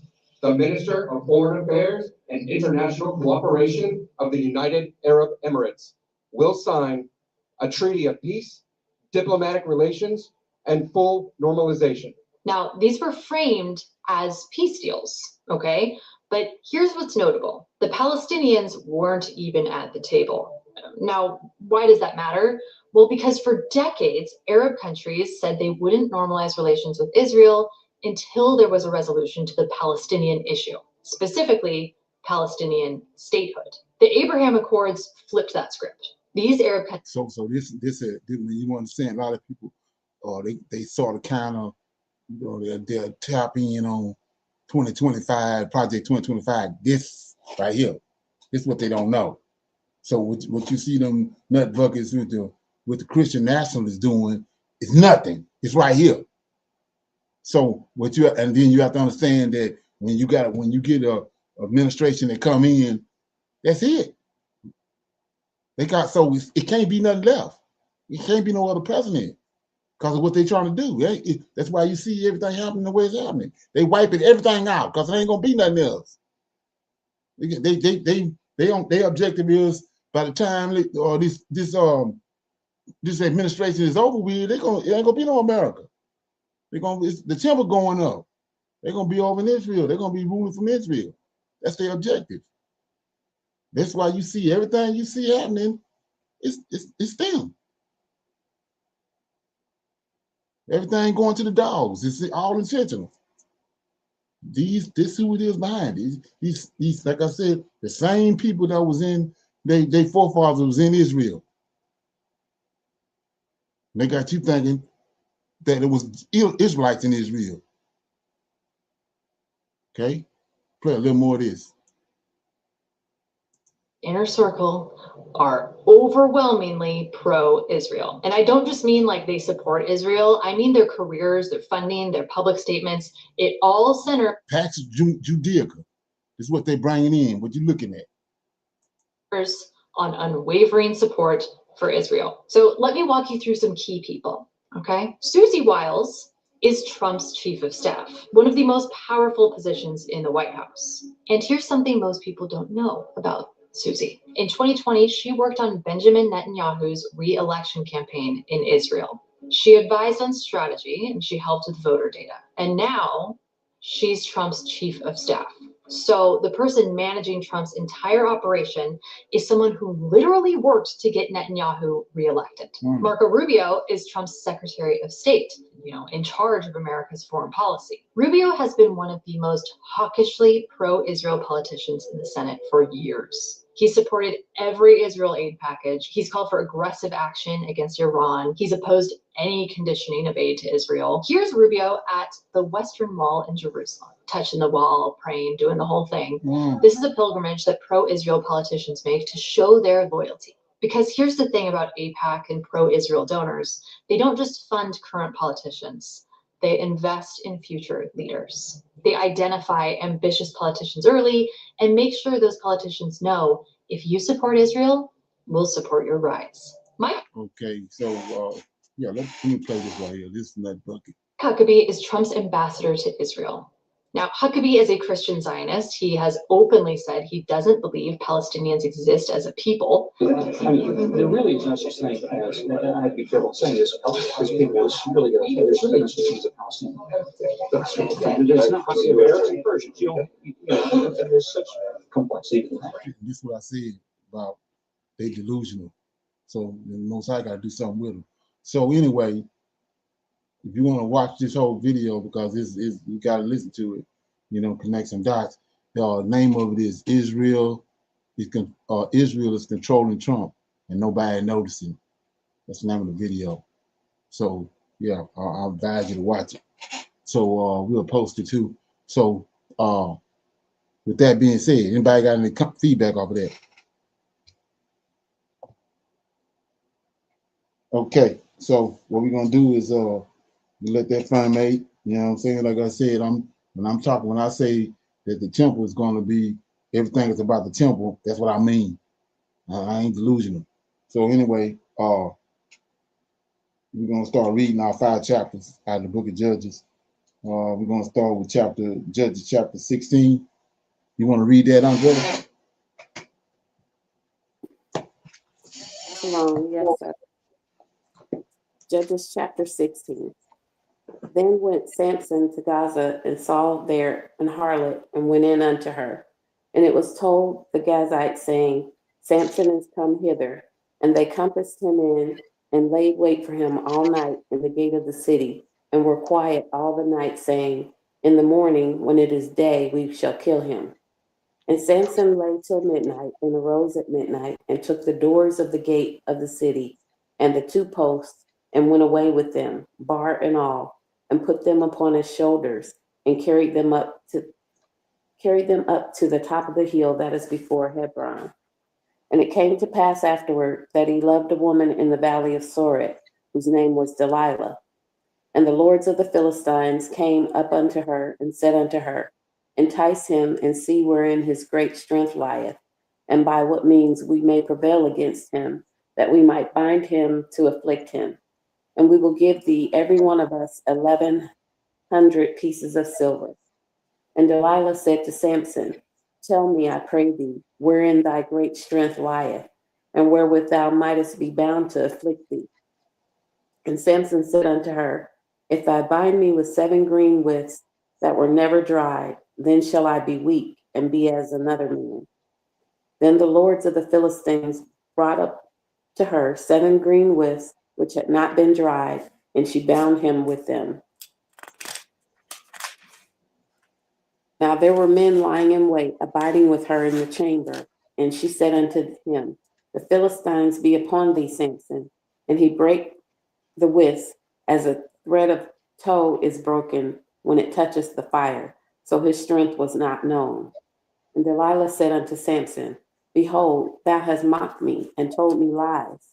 Now tell me, I pray thee, wherewith thou mightest be bound. And he said unto her, if they bind me fast with new ropes that never were occupied, then shall I be weak and be as another man. Delilah therefore took new ropes and bound them therewith, and said unto him, the Philistines be upon thee, Samson. And there were liers in wait abiding in the chamber, and he brake them from off his arms like a thread. And Delilah said unto Samson, hitherto thou hast mocked me and told me lies. Tell me wherewith thou mightest be bound. And he said unto her, if thou weavest the 7 locks of my head with the web. And she fastened it with a pin, and said unto him, the Philistines be upon thee, Samson. And he awaked out of his sleep, and went away with the pin of the beam and with the web. And she said unto him, how canst thou say, I love thee, when thy heart is not with me? Thou hast mocked me these 3 times, and hast not told me wherein thy great strength lieth.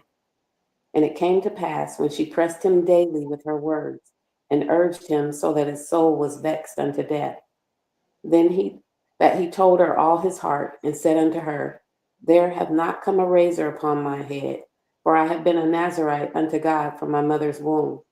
If I be shaven, then my strength will go from me, and I shall become weak and be like any other man. And when Delilah saw that he had told her all his heart, she sent and called for the lords of the Philistines, saying, come up this once, for he hath showed me all his heart. Then the lords of the Philistines came up unto her, and brought money in their hand. And she made him sleep upon her knees, and she called for a man, and she caused him to shave off the 7 locks of his head. And she began to afflict him, and his strength went from him. And she said, the Philistines be upon thee, Samson. And he awoke out of his sleep, and said, I will go out as at other times before, and shake myself. And he was not that the Lord was departed from him.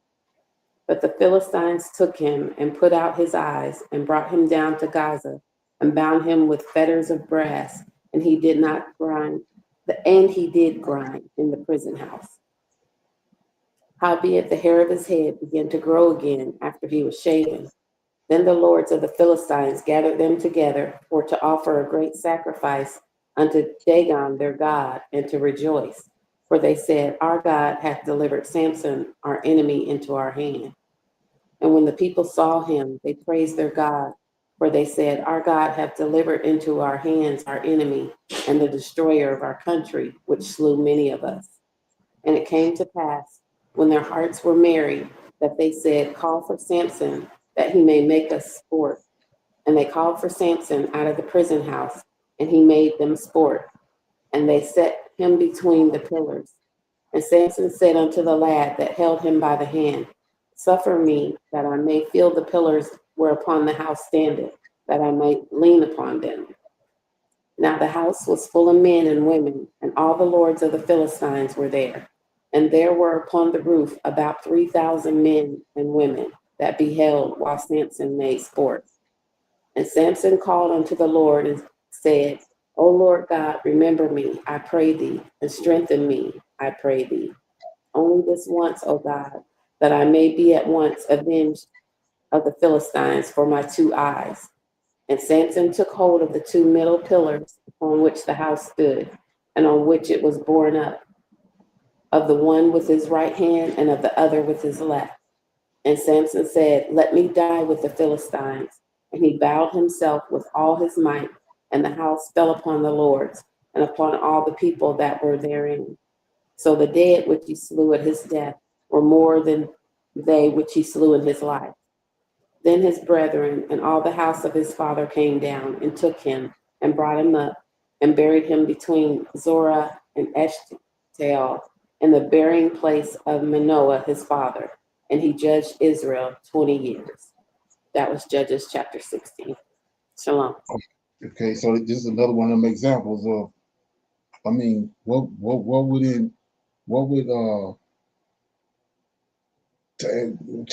entice him to tell her where his strength at? 3 times he told her, and she came running there with somebody and try to bound him. So why would you tell her where your strength at? It's crazy. And we see this over and over with Israelites. Like I said, we saw what our forefathers did when they came out of Egypt, and what the Lord host did in Egypt. But as soon as they came out of Egypt, they building golden calves at the foot of his mountain, and it just bedazzles me. And then, like I said, she had no regard for his God. So why in the hell would you even think about telling her where your strength is at when she done showed you over and over again? She don't give two nickels about your God. It's crazy. In the comments. Okay, we go to chapter 17. You want to read that, Joyce? Shalom, yes, sir. Confusion, civil and religious. Chapter 17. And there was a man of Mount Ephraim whose name was Micah, and he said unto his mother, The 1,100 shekels of silver that we were taken from thee, about which thou cursest, and speakest of also in mine ear, behold, the silver is with me. I took it. And his mother said, Blessed be thou the Lord, my son.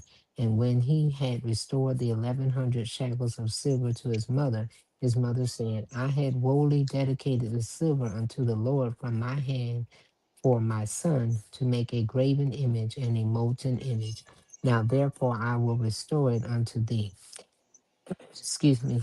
Verse 4. Yet he restored the money unto his mother, and his mother took 200 shekels of silver and gave them to the founder, who made thereof a graven image and a molten image, and they were in the house of Micah.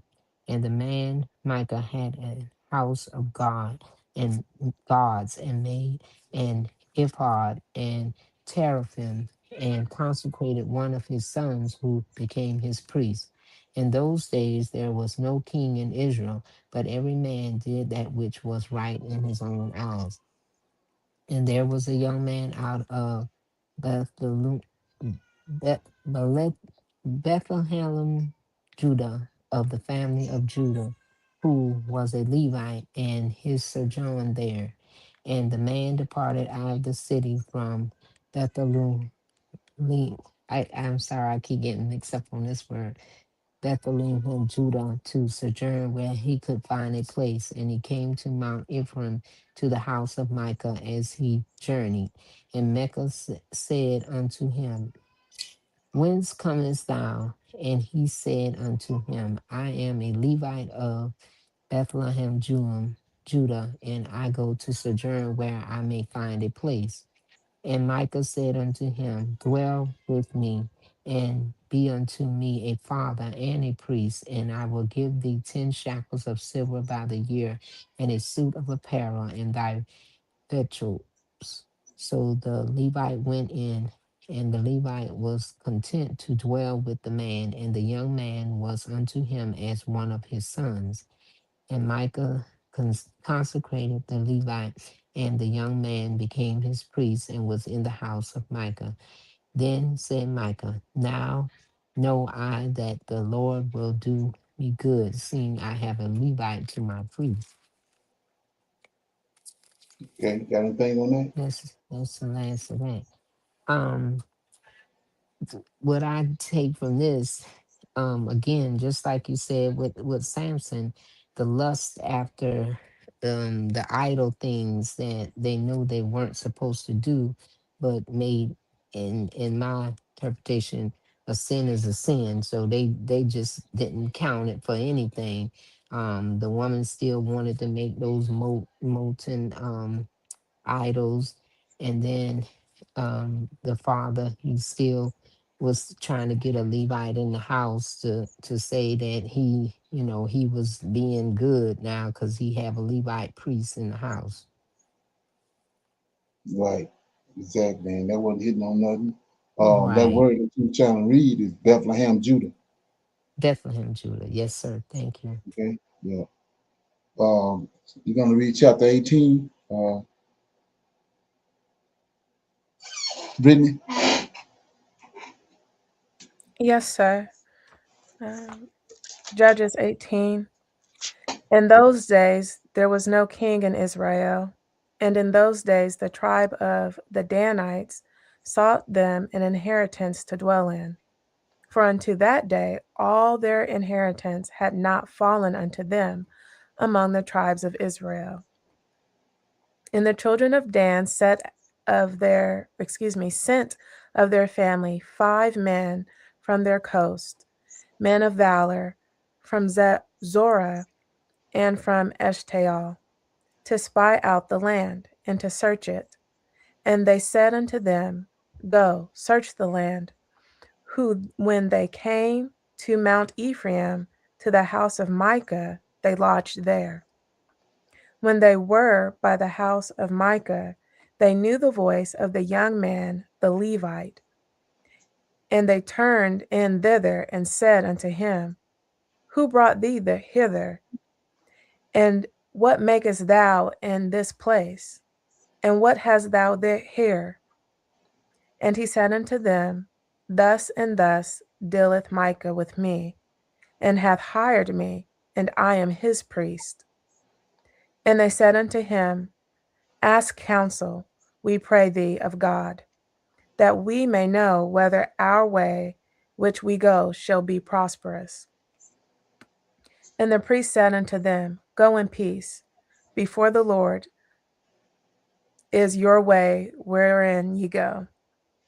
Then the 5 men departed and came to Laish, and saw the people that were therein, and how they dwelt careless, after the manner of the Zidonians, quiet and secure, and there was no magistrate in the land that might put them to shame in anything.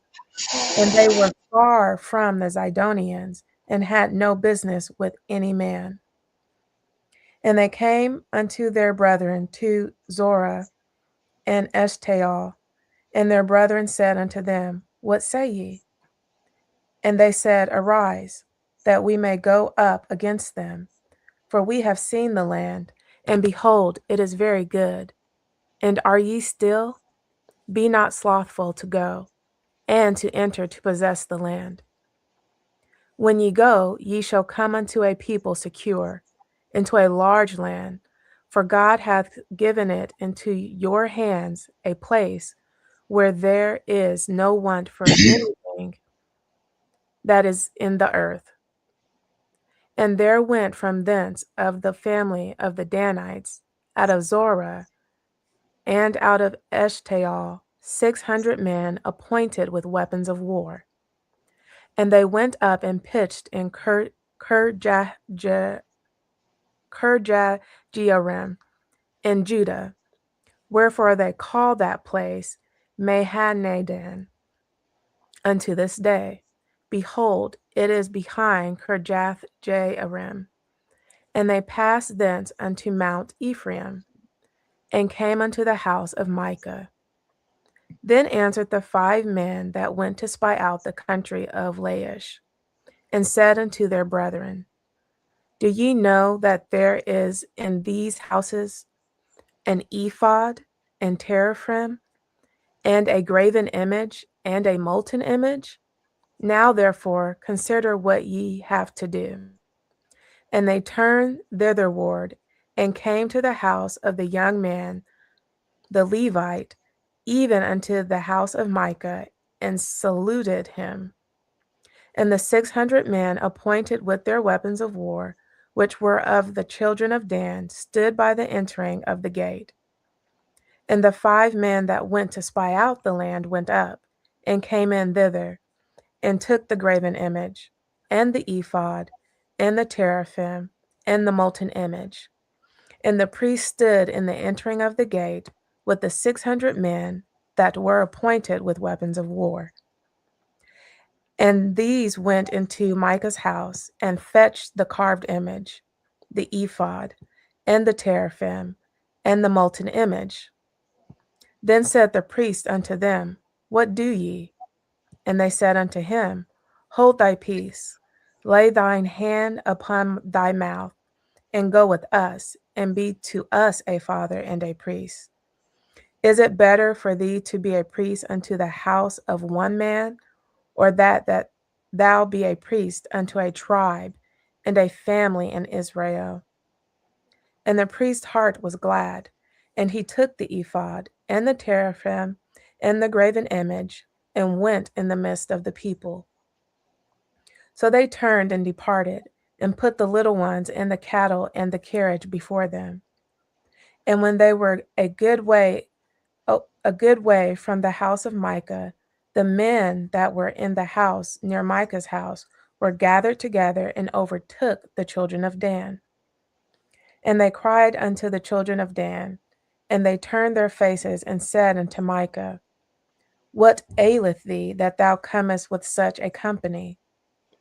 And he said, Ye have taken away my gods which I made, and the priest, and ye are gone away. And what have I more? And what is this that ye say unto me? What aileth thee? And the children of Dan said unto him, Let not thy voice be heard among us, lest angry fellows run upon thee, and thou lose thy life with the lives of thy household. And the children of Dan went their way. And when Micah saw that they were too strong for him, he turned and went back unto his house. And they took the things which Micah had made, and the priests which he had, and came unto Laish, unto a people that were at quiet and secure. And they smote them with the edge of the sword, and burnt the city with fire.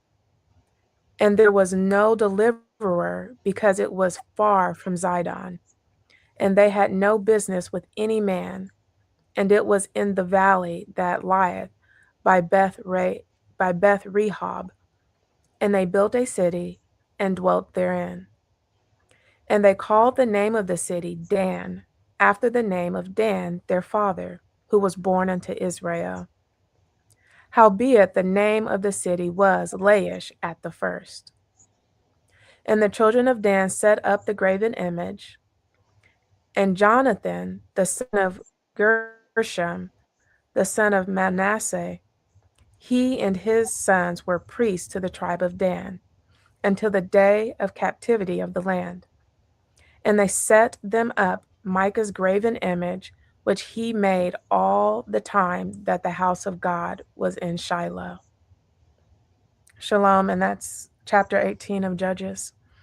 Okay, got a feedback? Chapter 18 seems to carry on from Micah.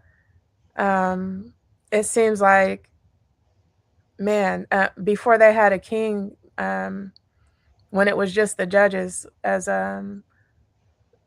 Sister Joyce read, that people really were doing what they wanted.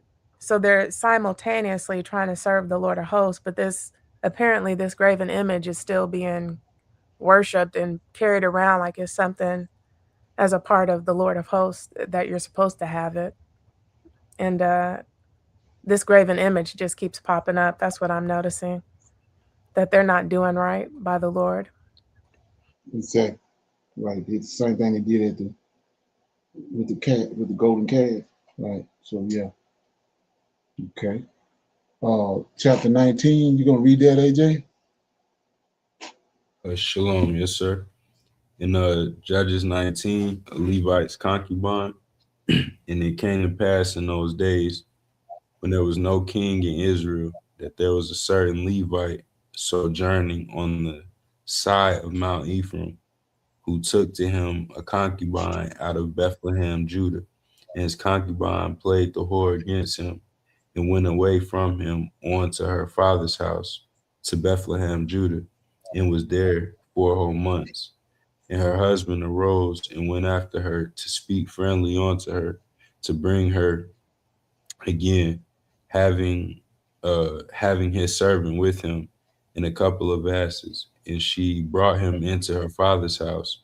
And when the father of the damsel saw him, he rejoiced to meet him.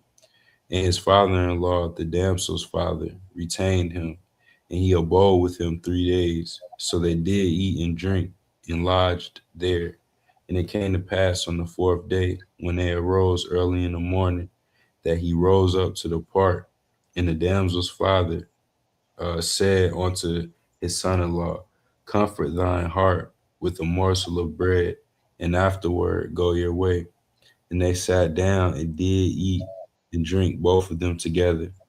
For the damsel's father had said unto the man, be content, I pray thee, and tarry all night, and let thine heart be merry. And when the man rose to depart, his father-in-law urged him. Therefore he lodged there again. And he arose early in the morning on the 5th day to depart. And the damsel's father said, comfort thine heart, I pray thee. And they tarried until afternoon, and they did eat, both of them. And when the man rose up to depart, he and his concubine and his servant, his father-in-law, the damsel's father, said unto him, behold, now the day draweth toward evening. I pray you tarry all night. Behold, the day groweth to an end. Hear, that thine heart may be merry, and tomorrow get you early on your way, that thou mayest go home. But the man would not tarry that night, but he rose up and departed, and came over against Jebus, which is Jerusalem. And there were with him 2 asses saddled. His concubine also was with him. And when they were by Jebus, the day was far spent. And the servant said unto his master, come, I pray thee, and let us turn into this city of the Jebusites and lodge in it. And his master said unto him, we will not turn aside hither into the city of the stranger that is not of the children of Israel. We will pass over to Gibeah. And he said unto his servant, come, and let us draw near to one of these places to lodge all night, in Gibeah or in Ramah. And they passed on and went their way, and the sun went down upon them when they were by Gibeah, which belongeth to Benjamin. Excuse me. And they turned aside thither to go in and to lodge in Gibeah. And when he went in, he sat him in the street of the city, and there was no man that took him into his house to lodge him. And behold, there came to an old man from this work out of the field at evening, which was also of the Mount Ephraim, and he sojourned in Gibeah, but the men of the place were Benjamites. And when he had lifted up his eyes, he saw a wayfaring man in the street of the city. And the old man said, Whither goest thou, and whence comest thou? And he said unto him, We are passing from Bethlehem, Judah, toward the side of Mount Ephraim. From thence am I. And I went to Bethlehem, Judah, but I am now going to the house of the Lord, and there is no man that receiveth me to house. Yet there is both straw and provender for our asses, and there is bread and wine also for me, and for thy handmaid, and for the young man which is with thy servants. There is no want of anything. And the old man said, Peace be with thee. Howsoever, let all your wants lie upon me, only lodge not in the street. So he brought him into his house and gave provender unto the asses, and they washed their feet and did eat and drink. Now, as they were making their hearts merry, behold, the men of the city, certain sons of Belial, beset the house round about, and beat at the door, and spake to the master of the house, the old man, saying, Bring forth the old man that came into thine house, that we may know him. And the man, the master of the house, went out unto them and said unto them, Nay, my brethren, nay, I pray thee, do not so wickedly, seeing that this man is come into my house. Do not this folly. Behold, there is my daughter, a maiden, and his concubine. Them I will bring out now and humble them, and do with them what seemeth good unto you. But unto this man, do not.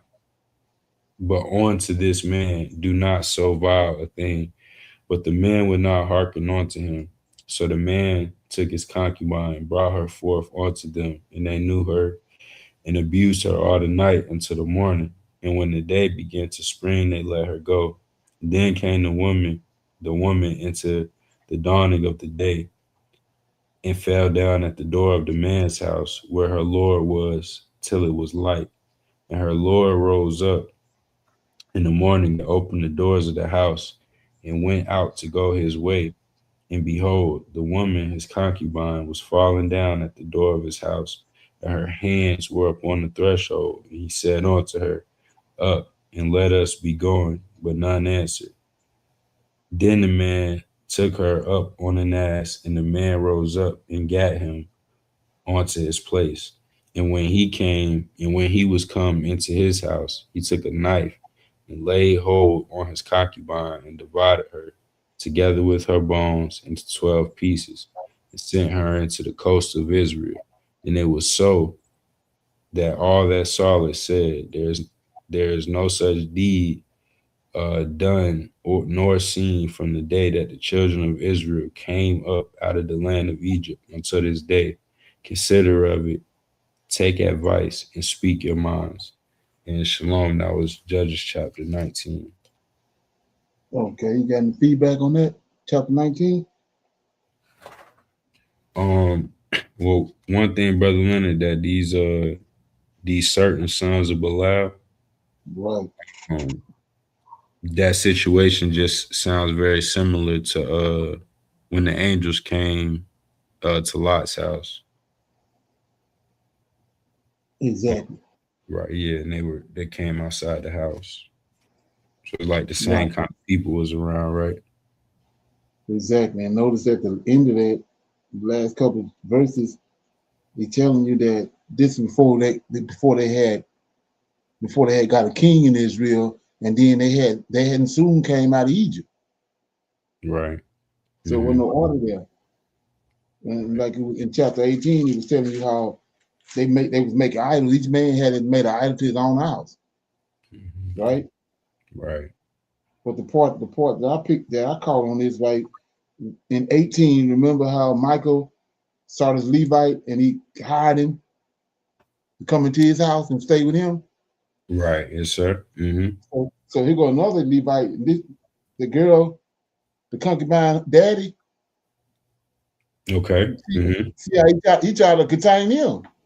He kept on telling him to stay another day and make yourself merry and stay another day. He was trying to contain him. just like Micah did with the other Levite. And then finally, you see that? And then finally that he left. He said, I gotta go. And then you notice those other people, they don't know you're a Levite.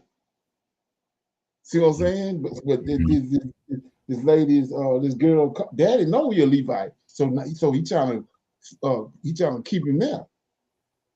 Right? Right. And also another thing that stuck out too was, but when he got there, he done to the Levite the same way that Abraham did with the three angels.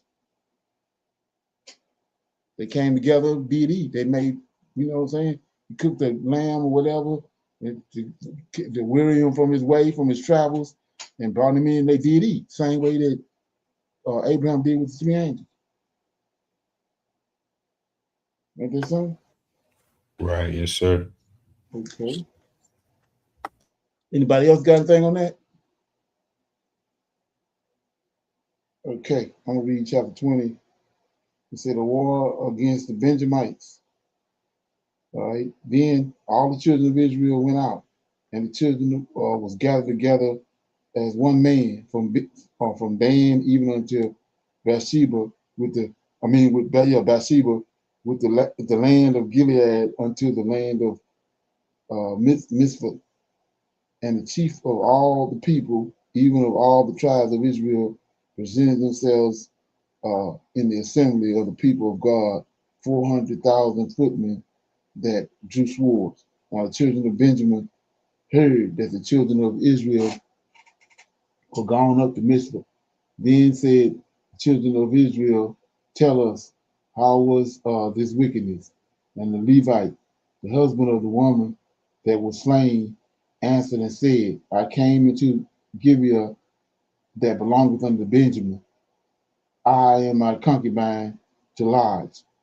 And the men of Gibeah rose up against me and beset the house round about upon me by night, and thou and thought to have slain me, and my concubine have they forced that she is dead. And I took my concubine and I cut her in pieces and sent her throughout all the countries of the inheritance of Israel, for they have committed lewdness and folly in Israel. And behold, ye are all the children of Israel. Give here her advice. Give here your advice and counsel. And all the people arose as one man, saying, we will not any of us go to his tent, neither will we any of us turn into his house. But now this shall be the thing which we shall do to give you. We will go up by lot against it, and we will take 10 men of 100 throughout all the tribes of Israel, and 100 of 1,000, and 1,000 out of 10,000 to fetch vegetables for the people, that they may do when they come to Gibeah of the Benjamin, according to all that the folly that they have wrought in Israel. So all the men of Israel were gathered together against the city, knit together as one man. And the tribe of Israel sent men throughout all the tribes of Benjamin, saying, what wickedness is this that is done among you? Now, therefore, deliver us the men, the children of Belial, which are in Gibeah, that we may put them to death and put away evil from Israel. But the children of Benjamin would not hearken to the voice of their brethren, the children of Israel. But the children of Benjamin gathered themselves together out of the cities unto Gibeah to go out to battle against the children of Israel. Okay, and the children of Benjamin were numbered at that time out of the cities 26,000 men that drew the sword, besides the inhabitants of Gibeah, which were numbered 700,000 men. 700 chosen men. Okay, among all these people, there were 700 chosen men left-handed. Everyone could sling stone at a hair's breadth, and not miss. And the men of Israel, besides Benjamin, were numbered 400,000 men that drew the sword. All these men were men of war. And the children of Israel arose and went up to the house of God and asked counsel of God and said, which of us shall go up first to the battle against the children of Benjamin? And the Lord said, Judah shall go up first. And the children of Israel rose up in the morning and encamped against Gibeah. And the men of Israel went out to battle against Benjamin. And the men of Israel put themselves in array to fight against them at Gibeah. And the children of Benjamin came forth out of Gibeah and destroyed down to the ground of the Israelites that day 20 and 2,000 men. And the people, the men of Israel, encouraged themselves and set their battle again in array in the place where they put themselves in array the first day. And the children of Israel went up and wept before the Lord until evening and asked counsel of the Lord, saying, shall I go up again to battle against the children of Benjamin, my brother? And the Lord said, go up against him. It says, and the children of Israel came near again, the children of Benjamin, a second day. And Benjamin went forth against them out of Gibeah in the second day, and destroyed down to the ground of the children of Israel again 18,000 men. All these drew the sword. Then all the children of Israel, all the people went up, came into the house of God, wept, and sat there before the Lord, fasted that day until evening, offered burnt offerings, peace offerings before the Lord. And the children of Israel inquired of the Lord, for the ark of the covenant of God was there in those days. And Phinehas, the son of Eleazar, the son of Aaron, stood before it in those days, saying, shall I yet again go out to battle against the children of Benjamin, my brother, and shall I cease? And the Lord said, go up, for tomorrow I will deliver them into thine hands. And Israel set leaders in wait round about Gibeah.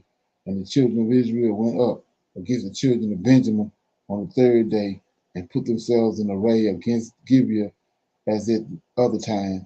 And the children of Benjamin went out against the people and were drawn away from the city, and they began to smite of the people and kill as at other times in the highways, of which one goeth up to the house of God, and the other to Gibeah in the field, about 30 men of Israel. And the children of Benjamin said, they are smitten down before us, as at the first. But the children of Israel said, let us flee and draw them from the city unto the highways. And all the men of Israel rose up out of their place and put themselves in array at Baal Tabor. And the leaders in wait of Israel came forth out of their places, even out of the meadows of Gibeah. And there came against Gibeah 10,000 chosen men out of all Israel, and the battle was sore, but they knew not that evil was near them. And the Lord smote Benjamin before Israel, and the children of Israel destroyed of the Benjamites that day 20 and 5,000 and 100 men. All these drew the sword. So the children of Benjamin saw that they were smitten, for the men of Israel gave place to the Benjamites, because they trusted unto the leaders in wait which they had set beside Gibeah. And the leaders in wait hasted and rushed upon Gibeah, and the leaders in wait drew themselves along and smote all the city which with the edge of a sword. Now there was an appointed sign between the men of Israel and the leaders in wait, that they should make a great flame with smoke rise up out of the city. And when the men of Israel retired in the battle, Benjamin began to smite and kill the men of Israel, about 30 persons. For they said, surely they are smitten down before us as in the first battle. But when the flame began to arise up out of the city with the pillars of smoke, the Benjamites looked behind them, and behold, the flame of the city ascended up to heaven. And when the men of Israel turned again, the men of Benjamin were amazed, for they saw that evil was come upon them. Therefore they turned their backs before the men of Israel unto the way of the wilderness, but the battle overtook them, and them which came out of the city they destroyed in the midst of them. Thus they enclosed Benjamin round about and chased them and trodden them down with the ease over against Gibeah toward the sun rising. And there fell at Benjamin 18,000 men. All these were men of valor, and they turned and fled toward the wilderness unto the rock of Rimmon, and they gleaned of them in the highways 5,000 men, and pursued hard after them until Gideon, and slew 2,000 men of them, so that all which fell that day of Benjamin were 20 and 5,000 men that drew the sword. All these men were men of valor. But 600 men turned and fled to the wilderness unto the rock of Rimmon, and abode in the rock of Rimmon 4 months. And the men of Israel turned again upon the children of Benjamin and smote them with the edge of a sword, as well the men of every city as the beast, and all that came to hand also they set on fire all the cities that they came to, all the cities that they came to. So that was Judges chapter 20. Right. So anybody got any comments on that? Shalom. So, okay. Brother Leonard, that seems like a lot of violence and death, all because of evil people in the midst of Israel. Right. And that's part of their laws and statutes, is to weed out wickedness, right? Yes, sir. Right. That was the reason he cut the concubine up into 12 pieces. And they sent it to all the tribes of Israel to let them know that it's wickedness in the land of Israel, and it's got to be rooted out. So once he did that, he called all Israel to deal with the problem, and that's what they did. And notice also in the previous chapter, that Michael had a idol up in his house, and the men came there and took the idol. That's what we're not doing today. The reason why we got so much drama, because we seeing wickedness and we're not dealing with it, and it's growing. But what the Lord gave them those laws, statutes, and judgments, the Torah, is to weed out wickedness when you see it. Okay, so like I said, back then, if all those our fathers live now, all of them be locked up doing life in prison. Yeah. Anybody else got anything on that? Okay, we'll pick a scripture. Somebody want to pick a scripture, we'll read it, and then we'll break it down, and we'll close out.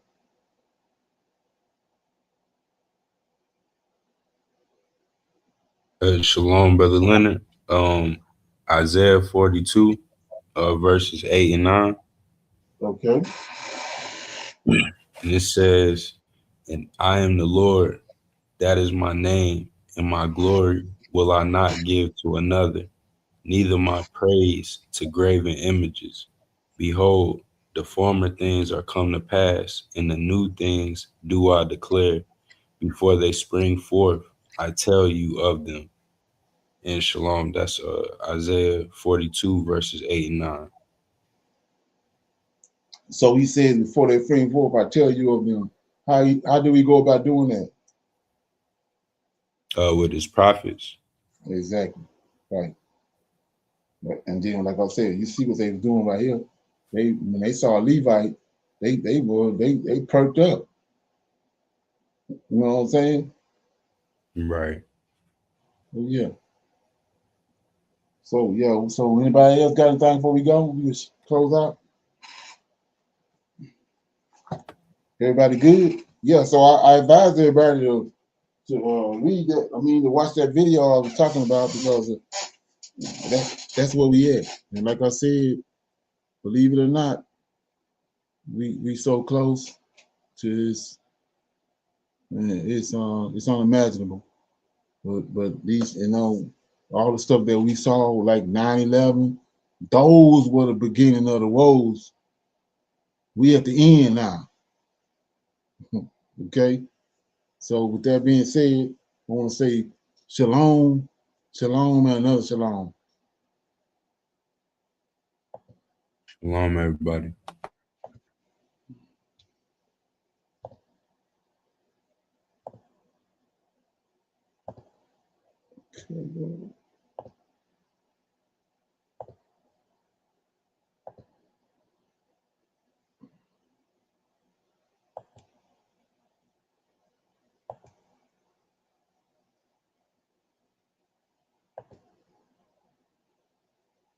I highly recommend that you get this book and you read it, because it's a must that you understand who the God head is in the order that's in the Old Testament in Tanak, because it's not the same as in the New Testament. And you get an understanding, then the scriptures open up, and then you begin to understand. So I highly recommend that you get this book. It's the Elohim of Israel, and it's a breakdown on the word Elohim and who the God of Israel is, and the Godhead.